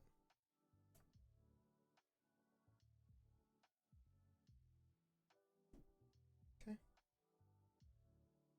Edge all lined up. Okay. Okay. That is actually very, very surprising that this is all so far not giving me too much issue. Oh. Spoke a little too soon. Hold up. Why are these switches not doing their thing? All of them appear to be lined up properly.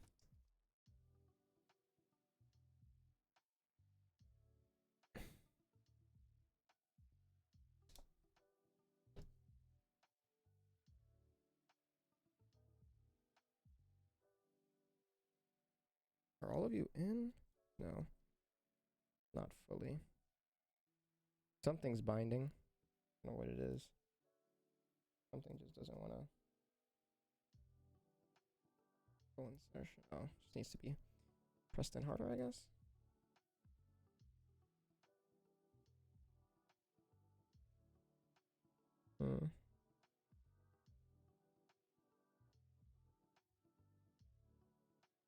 Anything just straight up not lining up? No. It's not the case at all. Everything is lined up. Just some of them don't want to press down for some reason.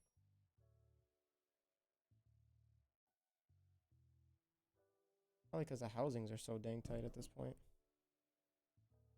Okay, that was done. Yeesh.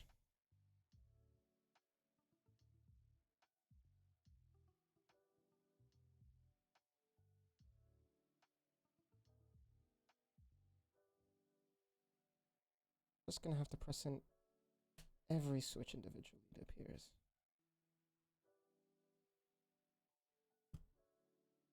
That's okay though. Gotta clamp the dang thing down.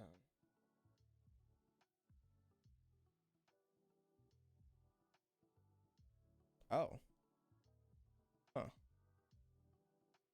Pressing some in, pressed some out. This is interesting to witness.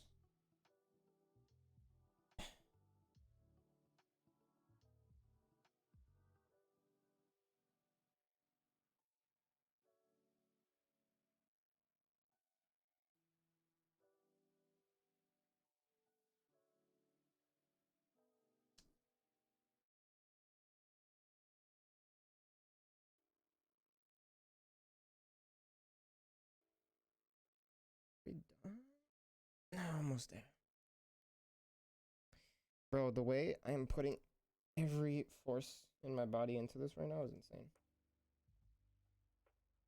It is crazy how good manufacturing tolerances are. But to be honest, considering how good they are, at this point I'd want a robot to put this thing together with the way that this is looking.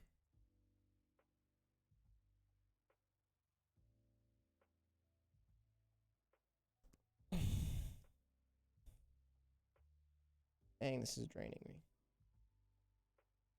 Let me just see along the edges. What can I see? What can I see? You can see the leaf springs being bowed, but that's actually their natural bowing, which is cool to see. I didn't realize that that was built in. And I don't see any obvious switches that are misplaced. Wow. I really did that all in one shot. Let's clean up a little bit. I gotta grab a keycap set. You're actually going to be ripping off most of the keycap set off of my board, just for the sake of viewing. Just for the sake of like assembly currently. The key owner himself, he has his own set of keycaps that he wants to use. So I will be giving it to him without keycaps. And then whenever he gets around to it, he can put his own keycaps on it. I just think that GMK Moto against that powder gray is going to look stunning. Just going to double check things. I want to make sure all the switches are in. We're not even done like tuning stabs, bro. This is a workout. There we go. Let me really quickly grab the keycap set.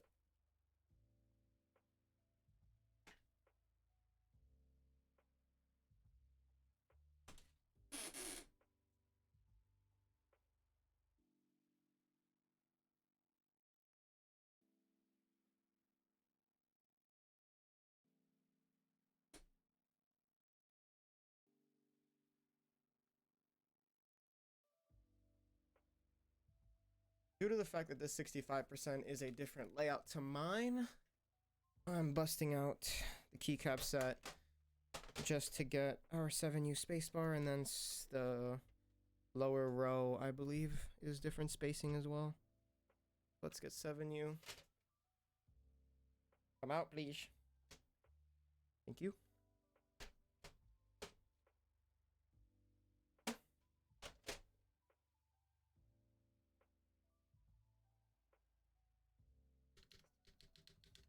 Cool. Now let's get shift and everything else off of my current key. Got my keycap puller. Just gonna start pulling. Take off my left shift.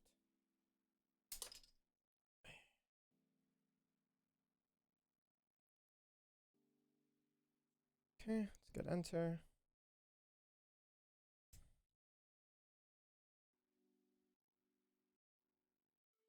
Because my keyboard is a gummy O-ring mount, I'm practically pulling up the whole keyboard with all these switches. And lastly, backspace.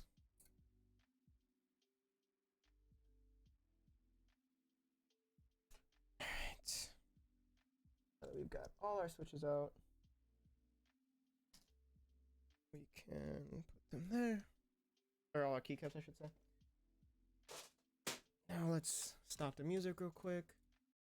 Let's turn off my mic's noise gate.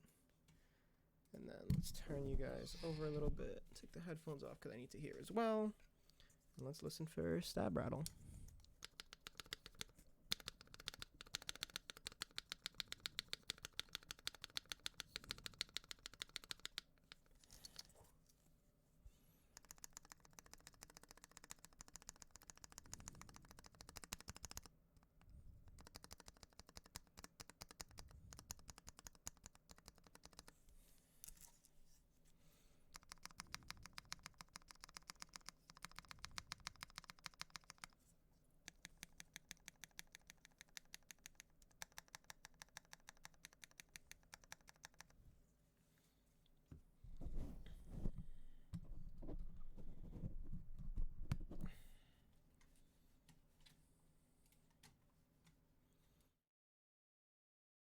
Okay.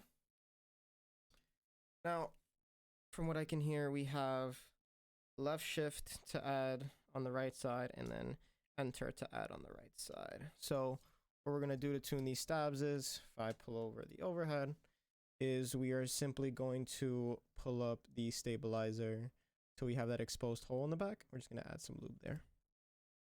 So right side of shift. Just use this syringe filled with Cartox 205 grade 0.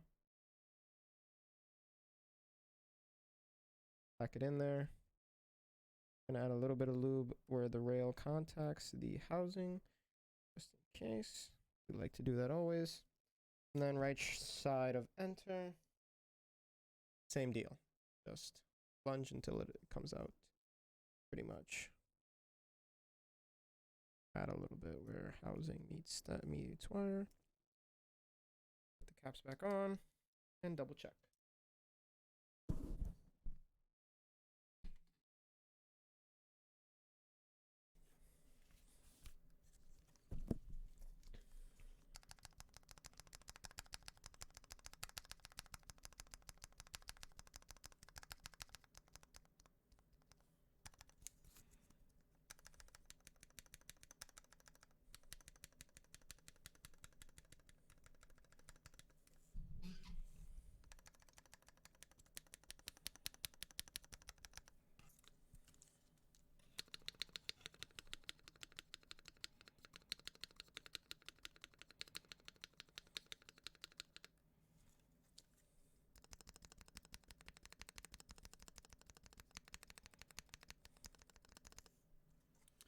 Okay, now I'm hearing that the left side of left shift and the right side of spacebar need some more.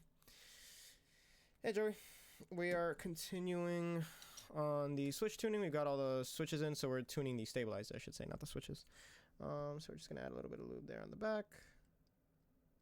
Again, insert your syringe. Pack the inside of your stab with lube. And then right side of spacebar also needed some, so let's get in there.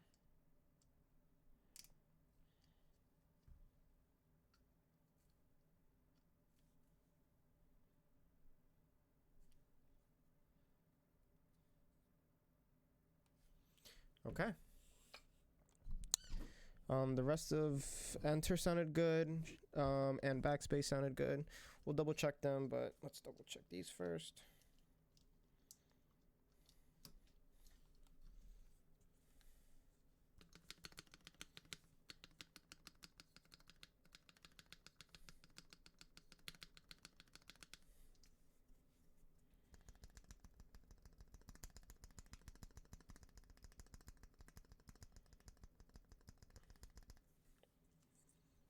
This is now right. This is now enter. Let me put this in frame.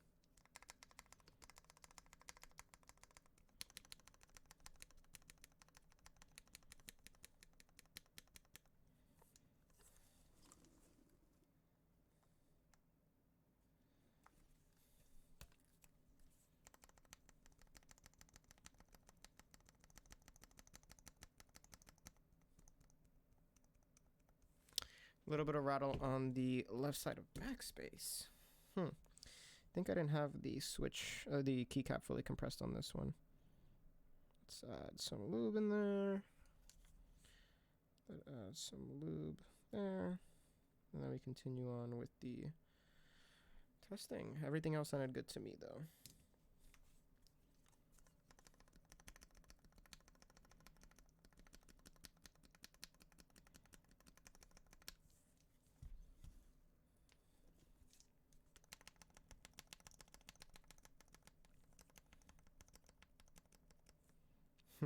Need some more on backspace. Ooh. Okay. Okay. Okay. Now, that to me sounds like we're good. You guys let me know if you do not like how that sounds, because to me that sounded good, but by all means. You guys have the mic as well. Point it towards you. Let me point that back towards me. Where is the... I'm so late. It's okay. It's okay. Thank you for the resub, bro. 3 months strong. Founding sub. You missed 5 gifted from my brother. But it's okay. You're here now, and that's all that matters, man. I appreciate you being here. Let's keep it going, everybody.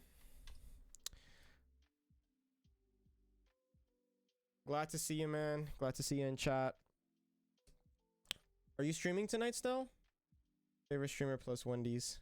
Love to see it. Favorite combo of all time. All right. Thank you. I'm glad to be back. Shout out to my girlfriend for motivating me. And my car for stop fucking me.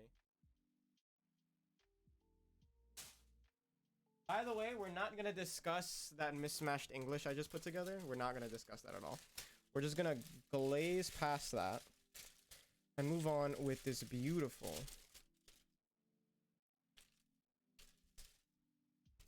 Oh no, it wasn't. It's not a fuck you, babe. It was just he missed the moment, is what I'm saying. But yes, my lovely girlfriend did gift a tier 1 sub to my sister, which was nice to see. And now you're here. Today was my last day at old company. Fuck that old company. You're on to bigger and better things. You get to see the case. I showed it off earlier, but you weren't here, so here we are. Keycult No.2, 65. You know how bad it would be if I dropped this thing? These things are trending on the market anywhere from like, I've seen, the lowest I've seen is 1500, highest is like 2K. This is a B stock. These sell. I don't know if I'm deaf, but you're kind of quiet. I am? Mike's pointed at me. Let me put my mic a little bit higher, maybe. Let me see. He hates me? I do not hate you at all. How about there? I should be sounding a little bit louder. Oh, whoops. Did I turn it up for no reason then? Let me very quickly pull up build instructions for number 265 just because I never built one.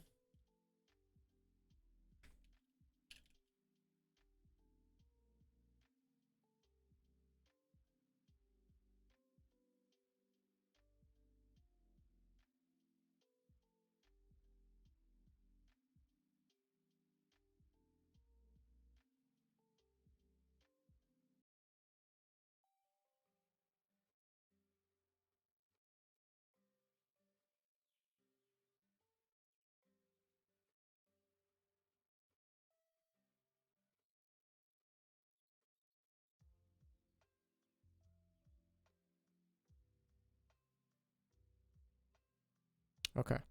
So we have to basically disassemble the board at this point. In the instructions, some bug buzzed by and told me. Not you calling my girlfriend a bug. Not you guys having an emo war in chat. Thank you guys for being here. And let's get started with all this. So first, you have to remove all these screws. You got 2 sets of Allen keys. I don't know if they're identical or not. Well, they're not Allen keys. They're Torx bits in the shape of an Allen key, but let's see. Is this the correct size for these? It is. I don't think she noticed. I got her back, bro.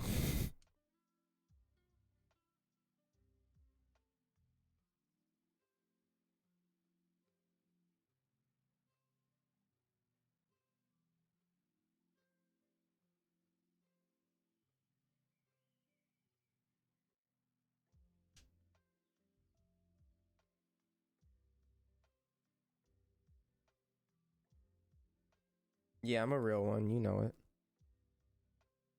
Okay, now with these screws removed, supposedly the bottom should come loose. What the instructions say?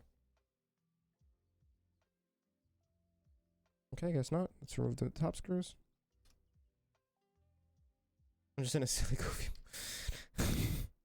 My man got Wendy's and has no idea how to act.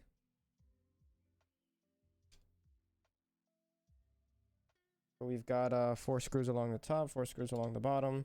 I believe the top screws are what hold the midsection to the bottom exterior section. But I can't really tell. The instructions in the guide aren't really too great, unfortunately. Great build, just not great instructions. Let's keep it going. I technically don't have to be using these Allen keys, but they make my life easier with the thin screw holes. So I will choose to keep using their supplied Allen keys.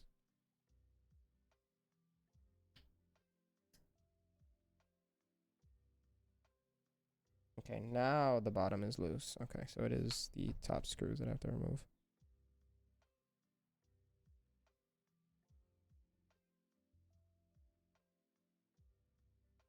Everyone's doing phenomenally. You know, we're doing a lot better. I was having a little bit of a catch-up session with chat with the stream earlier, just going over, you know, my car and my really loss of motivation for a little bit, and it's good to be back. If you want, we could talk about it more off stream. I'm sure we both got a lot of shit going on right now. There we go. And the bottom section just dropped out like nothing. Wee. Wow. That thing is beautiful. You guys see these machining marks? Bro. Some people might look at this and be like, oh, it's unfinished, whatever. But like, this is beautiful. You got some fucking tea? I can't wait to hear it. Me and Alicia both, man. We'd love to hear the tea, but damn. Not gonna lie, I don't know how much the machine cost that routed this shit out, the CNC mill that they use, but it's absolutely stunning. Absolutely gorgeous. Make sure I don't break it. Move it to the side. All right, now that's off to the side. Let's continue with the instructions real quick. So it says remove. Now I gotta remove these screws next, which I believe they're removed. No, wait. Everything just fell out. There's a screw in my lap. Let's get that out of there. Okay.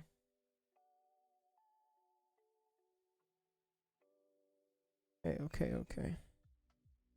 Let's move all these screws away. Should be 8 total. 6, 7, and 8. You break it, you bought it. Thank you. Thank you.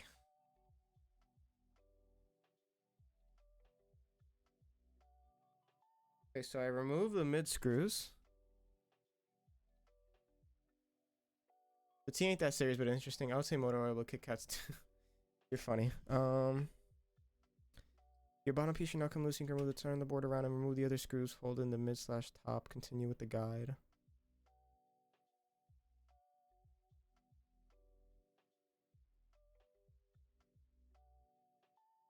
Wait. The midsection's supposed to come out. Oh, shiest. There are more screws on the backside holding the mid to the... Dude, this thing is built like a tank. What the hell? Wait a minute.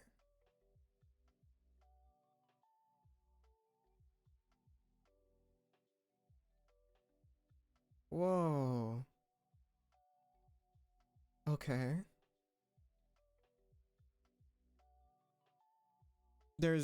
So for anyone wondering what's going on, I'm just checking the instructions because there's all these holes on the backside of the top, on this midsection, all have more screws. So I want to make sure I don't mess anything up or lose a screw or something stupid, because these are non-ferrous screws, which are more premium but more annoying to build with. So just trying to be delicate with things that don't belong to me.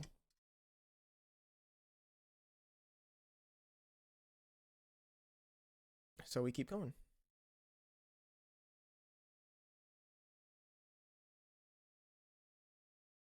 This is a lot of screws. Not gonna lie. Like, this keyboard is involved. You need instructions. Unless you build these regularly, which if you do, alright, baller, but this is intense. This is very, very, very intense. Also, these screws aren't even like tight or anything. Or am I just using the wrong key maybe? Are these just not, is that just not the right key? Oh my god, I'm an idiot. That just wasn't the right key. The key was too small and I'm like, oh, these are spinning pretty freely. They were not spinning freely, gang.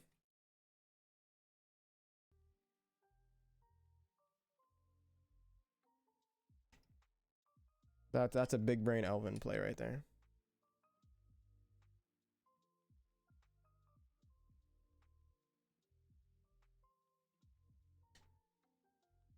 Also, why would you eat motor oil? It tastes terrible.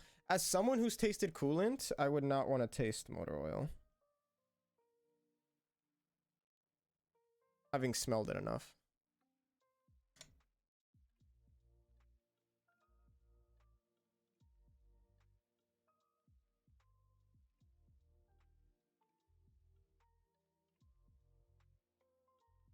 It's a texture thing? Dude. Please.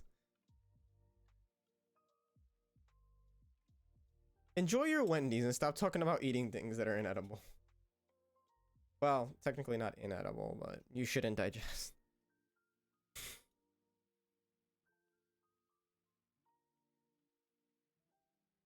Where? Oh, my Sprite. Where is it? Don't tell me they forgot your drink. Not your Diet Dr. Kelp. No way.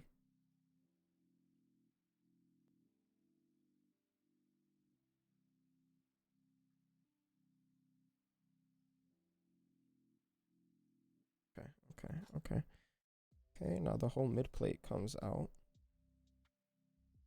Oh, wait a minute. These screws are still threaded in a little bit. Yeah, that screw was still in a little bit. And then the whole mid plate just comes out. Dang. I'm glad you found it, bro. You deserve to have your Sprite. Now these longer screws belong to the mid plate and are responsible for the mid plate attaching to the top plate. So we're gonna put them aside and not lose any of them. Someone tell me not to put vodka in it. Too late. Sir! That was like 3.5 milliseconds. Living like Larry. Literally. This man is crazy. Alright, now let's flip this over because I can't get these screws out otherwise.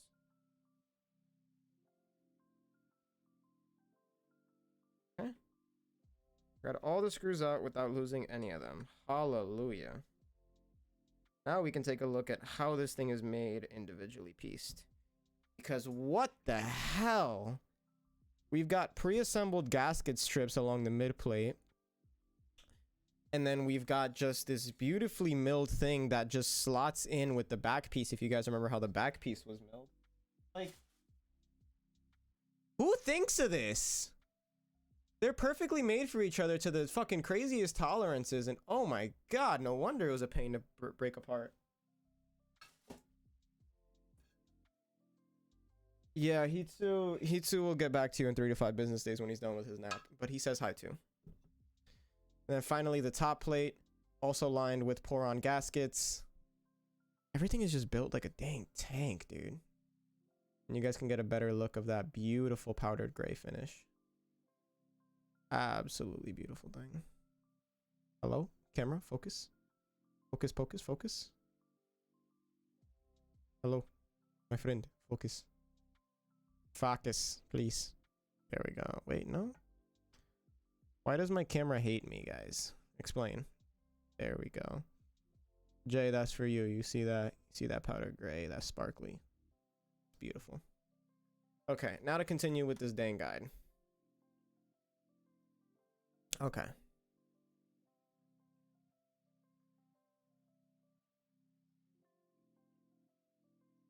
Okay, so we don't use the top plate first. I'm going to put the top plate to the side.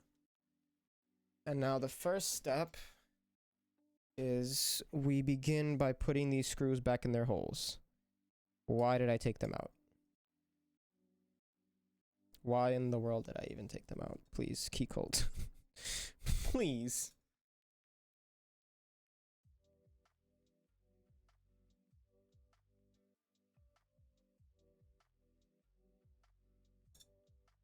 Why would you make me take this apart?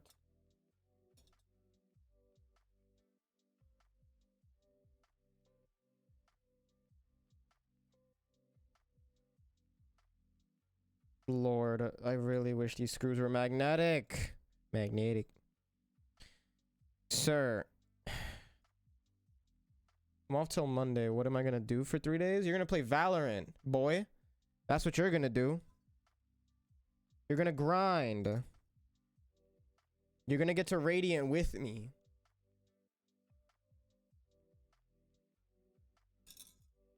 Ooh, what it just fell? Okay, this one fell out. If you hop on, I'll play. Well, we'll see. I do plan to hop on, but yeah, solo queue's terrible. But I don't know how often. I am coming back to Tuesday streams and gaming streams, but put your alignment pins in. Okay. So there are 4 white alignment pins, but we'll see how this weekend looks, just because I'm replacing some suspension components on my car. I'm doing new lower control arms because I got new lower control arm bushings, and I also ordered Japanese aluminum lower control arms. 12-hour stream. Oh, Justin, you still got a 12-hour stream to do. That's true. I'm not doing it with you. Good luck. But I'll be there for some of it. What you gotta say now, boy? We will see. I guess we will see. Alright, so the alignment pins go on these 4 slots. I have a course on Saturday. How long is the course? And you put chat in a place that's better for me to see. There we go. I put Ghosty in a place where he's not necessarily too in the way. I'll tell you about that off stream, like 9 a.m. to 4 p.m. Okay. Love to hear about it, dude. Love to hear about how you're doing. Haven't spoken in a little minute. Both been handling life. Well, more like life's been handling. Well, I want to say us, but I'm glad that you got a new position, so I'll say life's been handling me. You're doing pretty well for yourself there. Nah, say us. Okay, okay. Life's been handling us. We don't be handling life. Alright, got all the alignment pins in. Next up, okay, gently so they're seated properly. It wants me to double check that they're in. Next things first is routing the daughter cable. Okay.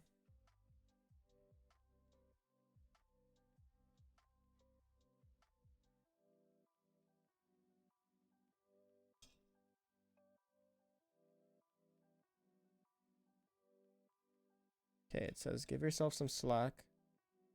I will say it's looking much better. I love to hear it, bro. Alright, so the instructions say pull it up, give yourself a little bit of slack, and then we're going to be attaching the PCB now. So I'll move you guys over to this position and give you focus to the farther end here. Perfect. And it's saying to hold the PCB in this position and then try to get the JST connector in. Make sure it's oriented correctly, which means pins / holes on top. Do that, insertion. All right, that's in.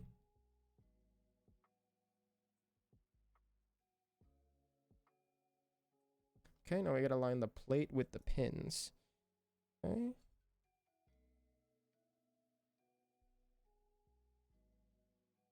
Okay, so these align here, essentially. Oh, wow. This is another one of those tight tolerances. Oh my god, this is really tight. What? Hello? These are plastic push pins, and they want me to, like, force some in. Oh my god. Sir! Sir, these are not gonna fit. They're too small. What? There's no way.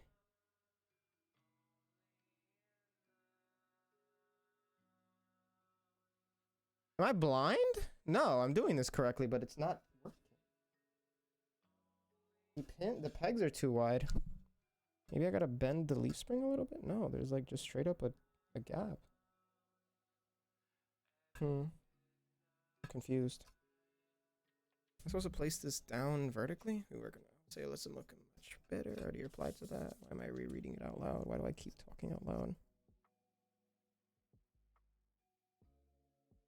Yeah, I can only get it to fit on one side.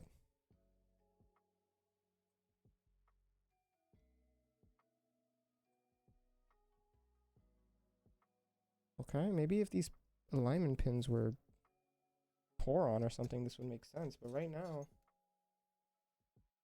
not even close to fitting.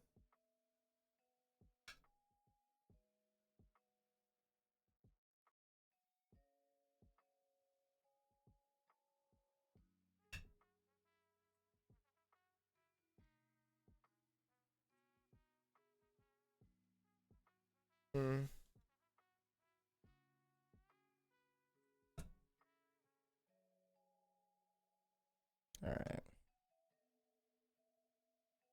I'm doing this correctly per the instructions, but it appears as though the tolerances are just so tight that it's not doing the dang thing, you know? Let me push these back a little bit. Will that help? No, it just straight up doesn't fit. Doesn't really matter what I do. Oh, wait, I lied. Okay. Never mind. I'm just stupid. You just gotta press the shit out of it. Okay, well, good to know. You just gotta practically break the damn pins.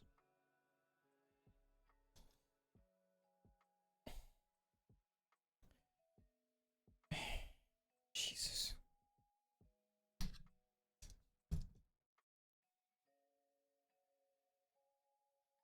This being my first Keycult, I can see why they're so, like, revered and everything, but, like, bro, like... What the hell?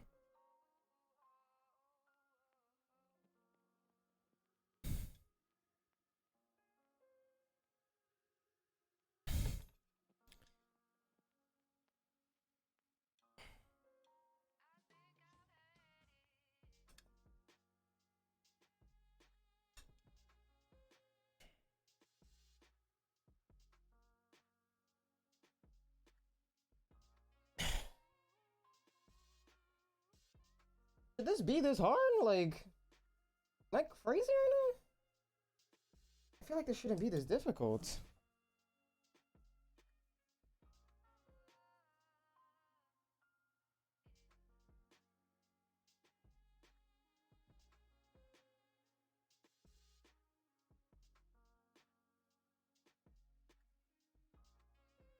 Just bite it, bro. At this point, I might as well, because what the hell?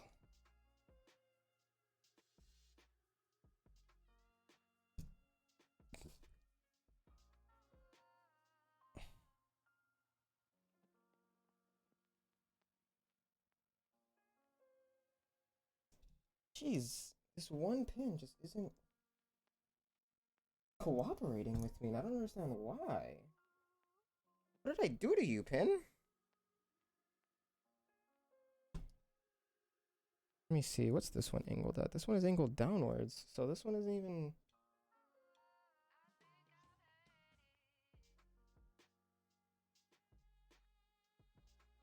Lord. Let me see if I can show you guys what's going on here. Let me pull up the overhead. So as you see here, literally, because what the bro, let me see if I can show you guys this. Focus on my hand, dude. Thank you. If you guys can see, that is like scraped plastic right under the plate. That is how tight the tolerance is, that this is legitimately like scraping the edge off this plastic peg. I don't think it's defective. I think it's made like this, but I just think that like they want it to be so precise that they went crazy with it. I don't think there's anything defective about it, because, you know, I was able to get it eventually, but not without shaving some plastic. Like here, you can see some shaved plastic up top on this one. You see that little hair right there? That's shaved plastic. Like that is how tight these tolerances are on this dang thing. But we got it in, right? It's finally together properly. I'm gonna press down on all corners to make sure, just in case, because I don't really know, this being my first, but just gonna make sure, then continue on with the build. All right, we're on the alignment pins. Oh, lay the PCB flat. You may note some resistance in the pins. Wiggle the plate around and make sure it's seated properly. Do not force the plate down, especially if you have a polycarbonate plate. I should have read that part of the instructions, but I'm not gonna lie, I was moving the plate around a lot and it wasn't doing anything. I can't even pull the plate out at this point, and it's fully secure. So I think that again, I don't know exactly what their tolerances are supposed to be, but I'm sure you guys could tell very clearly that this thing was not going on, like, at all. Trying to lay it flat and just do it vertically did not work, especially now that you see that it is flat and vertical. I'm not able to, I can't get this out. So we got it done at least.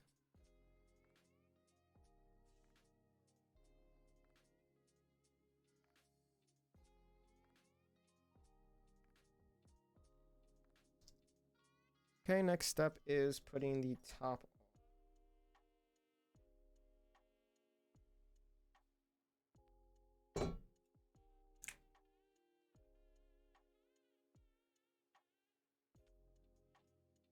Wait, what?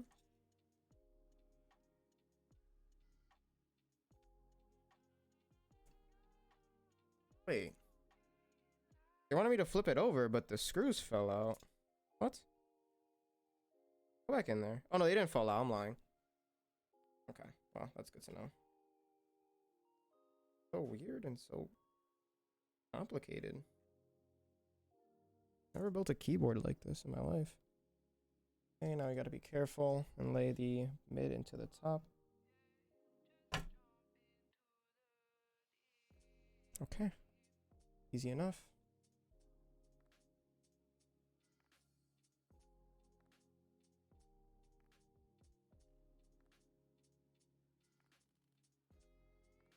Now we put in the long screws in all the appropriate places. Just drop them in for now, and then we'll tighten afterwards.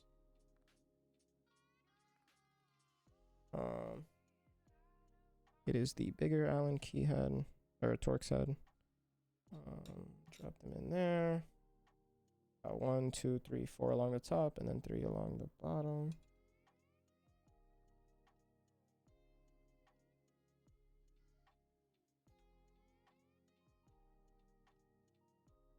Wait.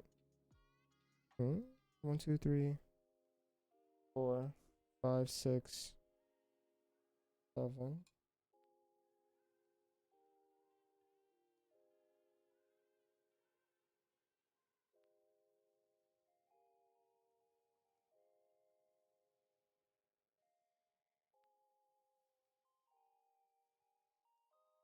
Why do I have an extra long screw? Did that come in the bag? You've got all 7 in place. I'm gonna double check that now, because now I'm just like, wait, I don't remember having an extra.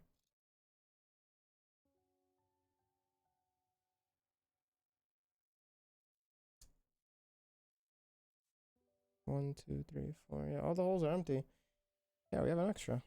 1, 2, 3, 4, 5, 6, 7. Wait, what? Guys, I can't count. We're just gonna move on. I can't count.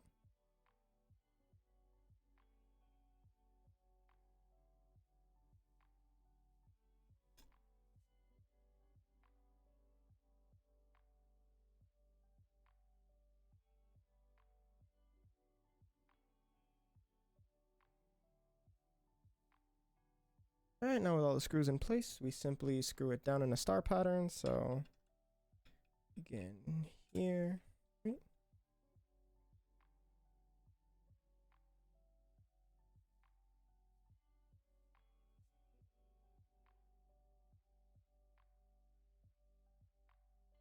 This is the star pattern recommended in the instructions. You just start off all the screws, don't tighten all the way. And then at the end, we'll do a final pass and make sure that everything is actually in. 3, 4, 5, 6. And then lastly, number 7.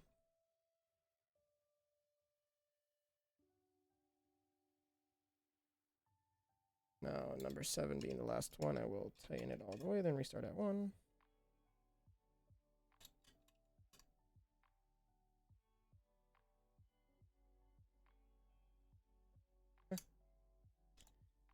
And now we got number 1.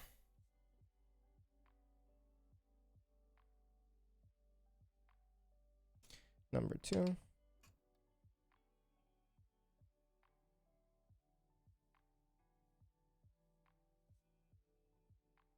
Interesting the way this board was made to be built. Because of the way that it literally just has screws floating here. It's just like, I don't know who designed this keyboard, but they're clinically insane. In the best way possible, though. This is like mad scientist insane. This isn't like you need to be hospitalized insane.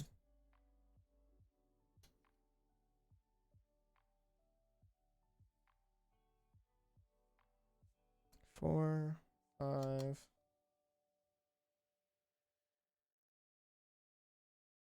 Jeez. How's the Wendy's, Jay? Is it hitting to your satisfaction, my man?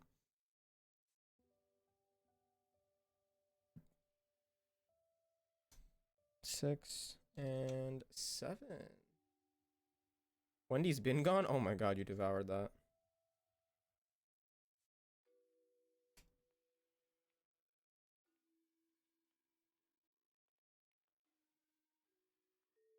Oh my god, they accounted for this and made the Allen key the short section just long enough to fit into the screw hole and fully tighten up until removal. That's attention to detail, everybody. I wonder if they produced the Allen keys as well.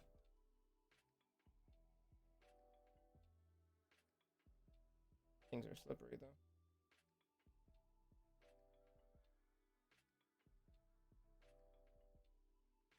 God, I hate Torx. 1, 2, 3. I want to make sure that everything is tight as possible. Go into the middle section. Hello? Does not. There we go. 1, 3, 4. Go in, please. 4. This isn't like a suspension component. It's not like you gotta like really hammer down the torque, but I'm gonna make sure that there's no give anywhere in this assembly. I want to make sure this is pristine. Okay, 5, 6. I'm gonna assume the next part is putting the PCB on.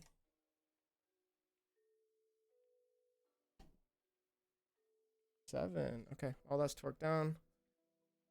Next is just the daughter board. Okay, thought so. Good to know I was correct on that. Wait, what? Oh. Oh. Huh. I don't have enough slack. So what we just did, we gotta undo it. But I am glad that the Wendy slapped and you slurped it up. Pause. Everything is made to literally like the millimeter of tolerance, to the point where it does not really matter. There's no real forgiveness in this. And I like that, but it's also a very difficult thing to manage.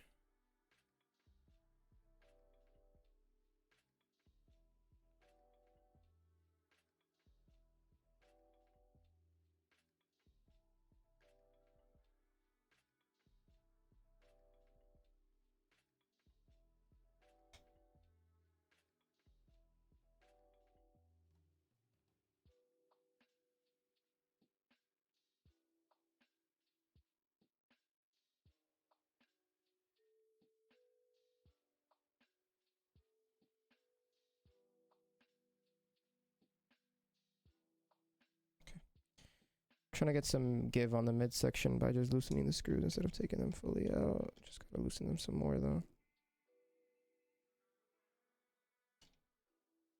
Yeah, they're all still a little bit tight.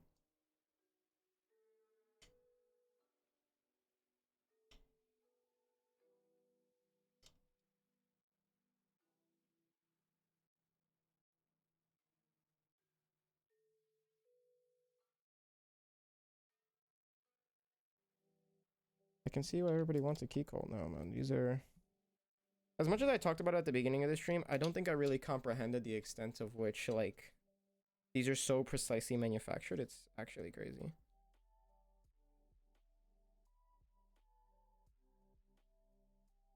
I really don't think I properly understand the severity by which they are made.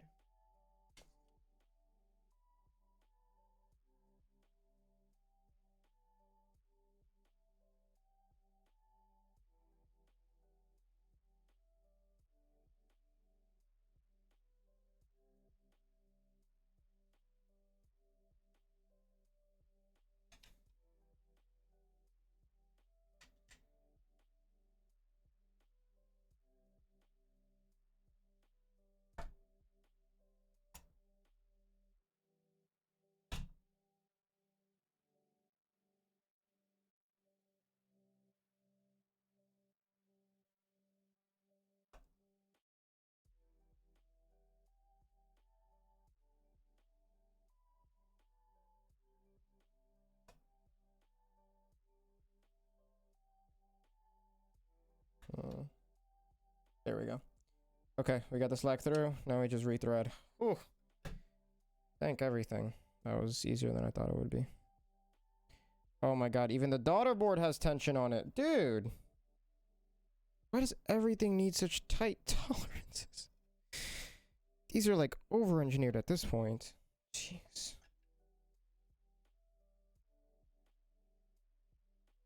Just very quickly... 1, 2, 3, 4 here.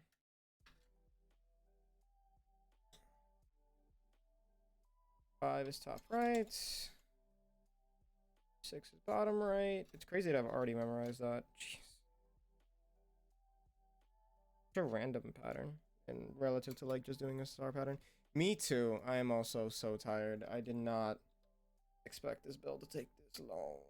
2.5 hours in, but we're pretty much done already. We just gotta put the back piece on and tighten everything up. So let me just finish tightening these up. Number 1, number 2, number 3,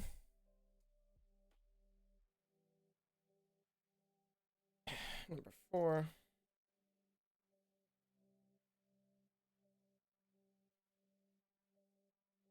okay, number 5,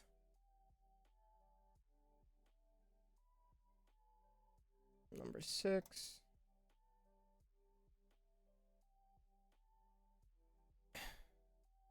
number 7. Told you so. You always tell me so. But it's okay, just another half hour. Nothing too crazy.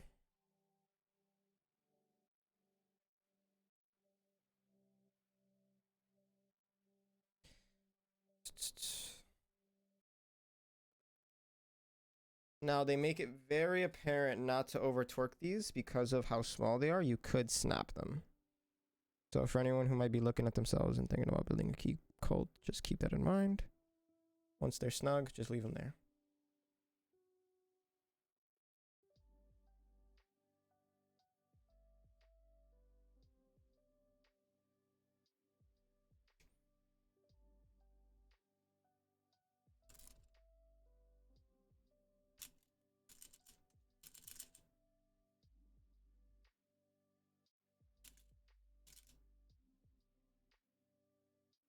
Wait, where did my screws go?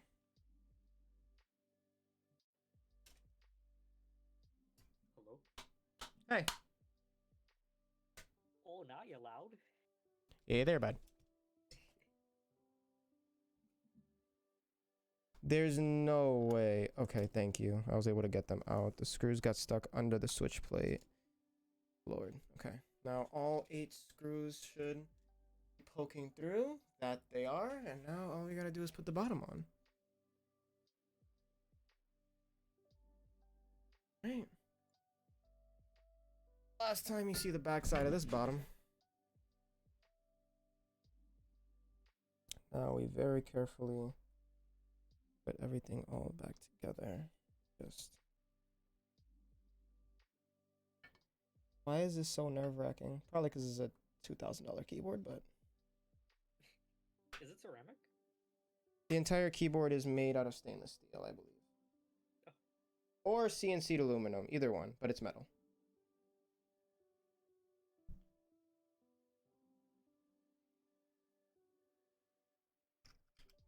I'll have to double check. Hey, bye.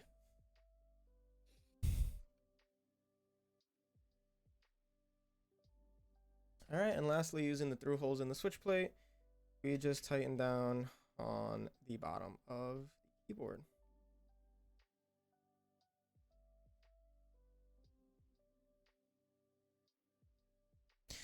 They didn't say this in the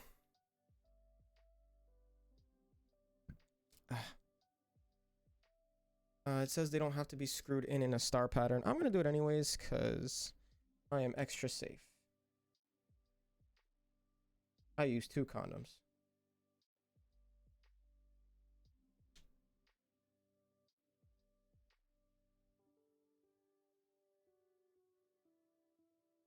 What? What? Again, gonna emphasize for anyone who wants to build one of these at home, who ends up getting one of these, do not over torque. These are very tiny screws. They say so in the instructions, but if you're not great at reading, I hope you're good at listening. Just gonna put them towards snug. Once they're snug as a bug in a rug, I'm letting go.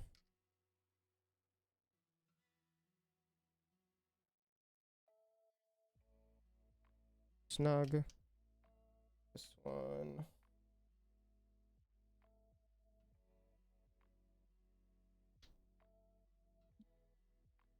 Snug. And then this last one, snug.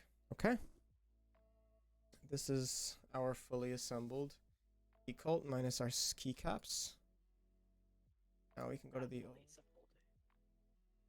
Listen, man, this is how the client's gonna get it since we're using my keycaps today, but a beautiful thing, I gotta say. Oh, you're not putting keycaps on it? Oh, we are putting keycaps on it. This is just how the the client's gonna get it back.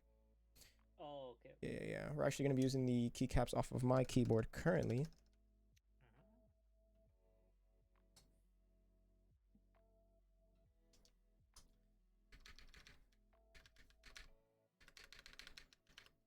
Actually, reverse hits the base of the keyboard, so we're gonna use regular layout.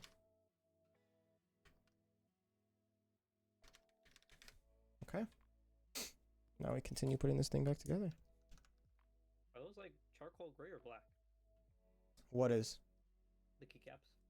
The keycaps themselves, they're a mix of light and dark gray. There is no black on this keyboard or on the switches. Ah, I see. Now, all we have to do is disassemble my current keyboard. Basically. Okay, now let's get to it.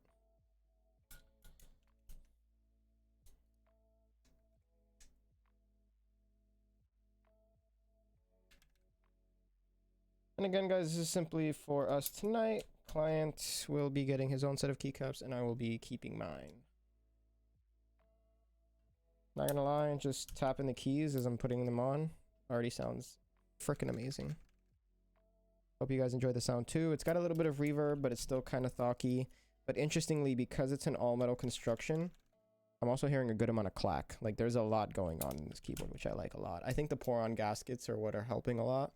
At least with the thocky sense, and then having the metal plate against the keycaps is reverberating that clack of the actual plastic of the keycap, the ABS. I think the switches themselves are pretty thocky. Hopefully all of our switches work first try. If not, well, actually, before I finish construction, let me test that now that I said that out loud. Okay, it got picked up. Load up VIA. Okay. Get VIA open. And let me show you guys VIA real quick. Where's my main monitor view? Bring up OBS. Okay, let's move OBS over. Keep chat there. So key tester, test matrix. Actually gonna have to move chat over so I can still see it. What sounds?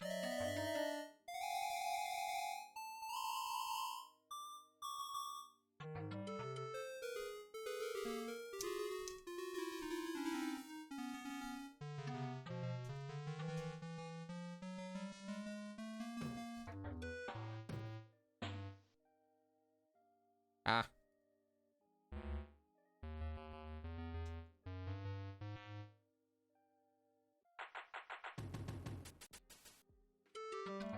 First try, baby. Putting all the switches in at once. Justin, that's something that you missed. All switches in at once. Everything works brilliantly. Wow. Okay. Nice. Now we continue putting in our keycaps. Putting on, I should say. That's insane.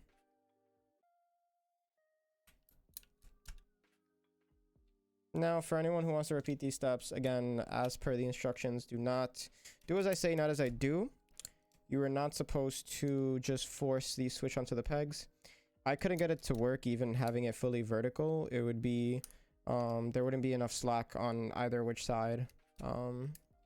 They would just end up either sitting on it, or one side would be in and the other side would be sitting on the other side peg. Or they were both sitting on it, like the tolerances just weren't there.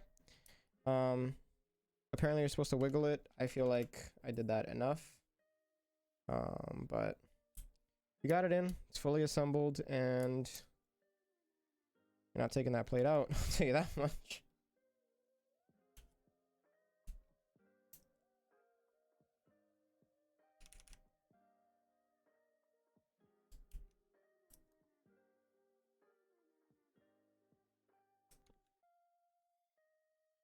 When do you start eating it?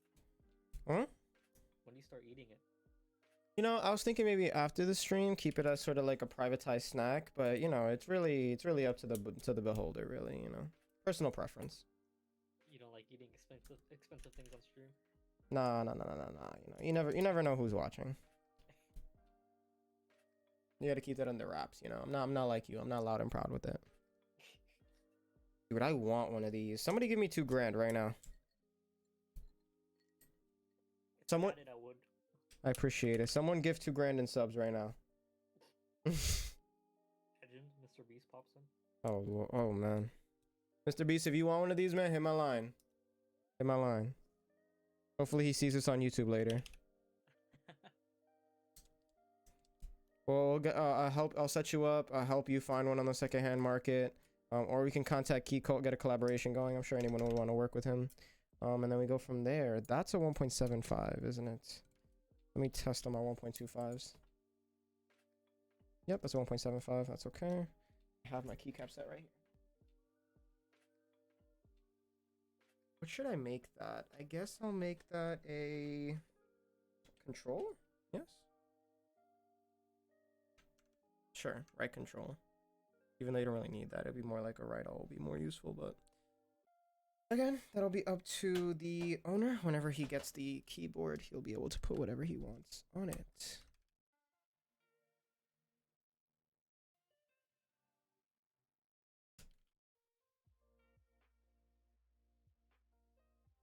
Thank you guys for sticking around.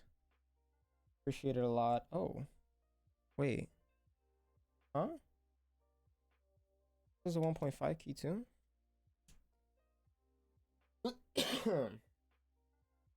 Okay. Or 1.75 actually. Okay, that works. I guess you could do triple 1.25 just won't work because of the spacing on the right side. Now, question, is this stepped caps? It is stepped caps, huh? I did not know that was the default plate option.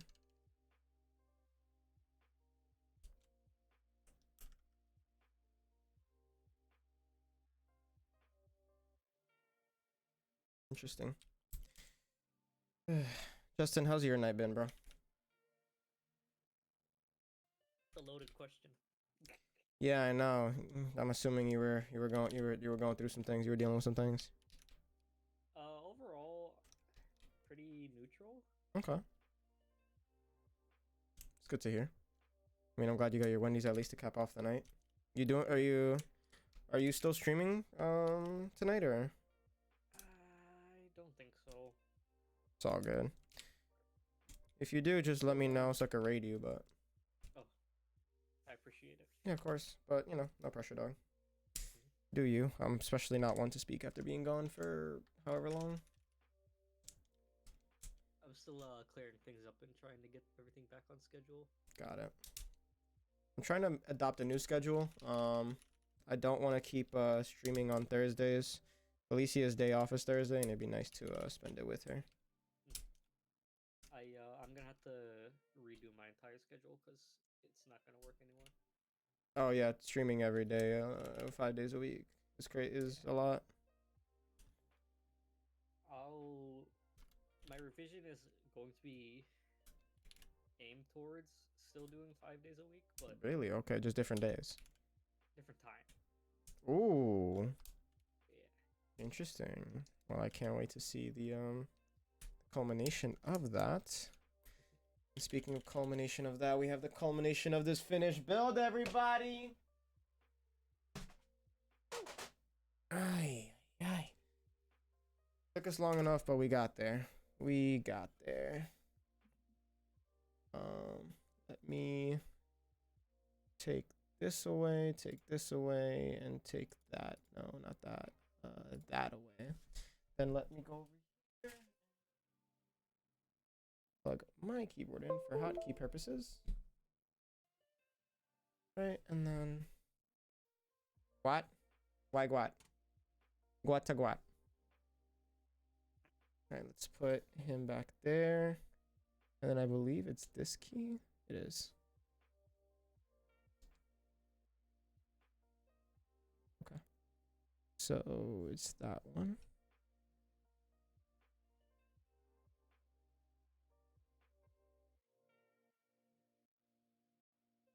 Okay, now let's get the focus.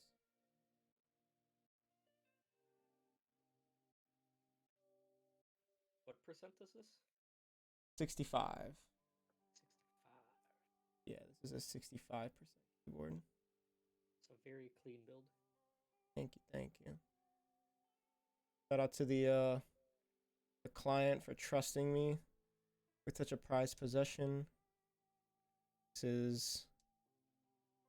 I did say your name, baby. I was saying that I'm gonna try to change off of a Thursday schedule. Let me really quickly remove chat just so that I can take screenshots for the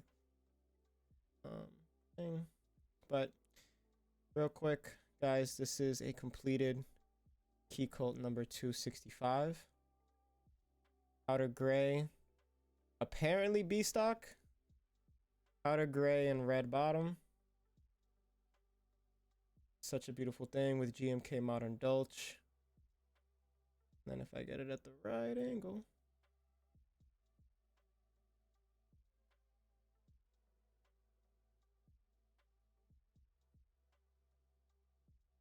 Bang. That's it.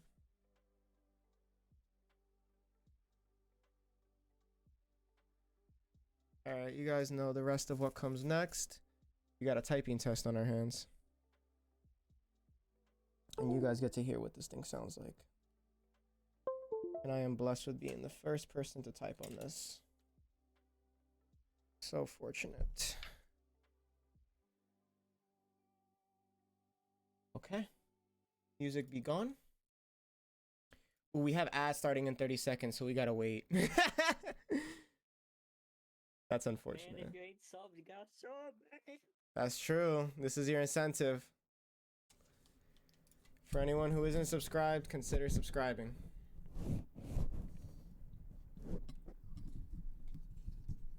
Or be for those 5 gifts the next time. That's true. That's also very true. Now let me pull up monkey type. Ooh. Okay. Okay.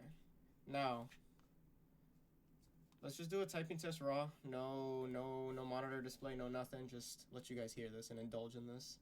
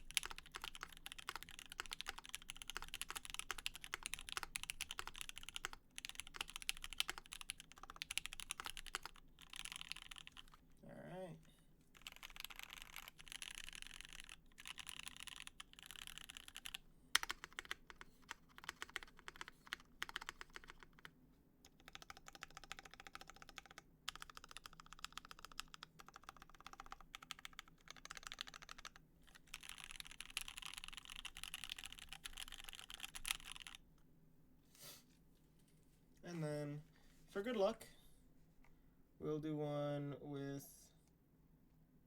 really quickly, we'll do one with my main monitor capture. Where is it?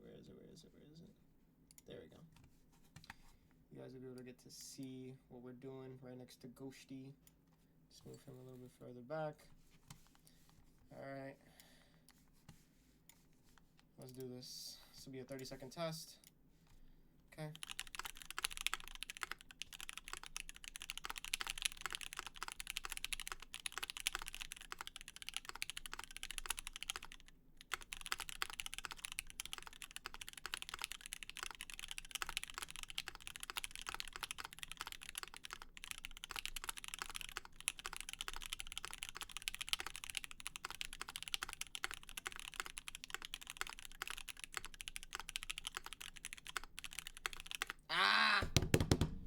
Messed it up at the end. 124 words per minute, 95% accuracy. Raw 134. They correct for errors. They basically pull down your speed for errors. And I got a raw at 134 words per minute, which I think is my best. My best at good accuracies are 123 and 124 for 30-second and 60-second respectively. So not bad. I don't think that's my. Oh, that's my highest raw, I think. Maybe. I'll have to double check. But anyways, that's all there is to it. That's the end of this stream. Let me pull my webcam up. I appreciate all of you for attending, everyone who stuck by, my brother and my beautiful girlfriend for the gifted subs. And yeah, I mean, anyone who ends up watching on the YouTube sphere, by all means, consider subscribing. I have my main channel where currently I'm just posting clips. I plan to post more shorthand content, try to compartmentalize my streams into shorter, more digestible content in the future when I have more time to edit. Got a full-time job, got a car that keeps breaking down, Subaru, and just trying to figure things out. So thank you everyone for watching. Thank you, Justin, for pulling up. Thank you to my girlfriend, my oldest brother. Am I good? Streaming. It is a damn pleasure. I am happy to be back. And I think that's everything I've got to say tonight. Thank you guys. Have a good one.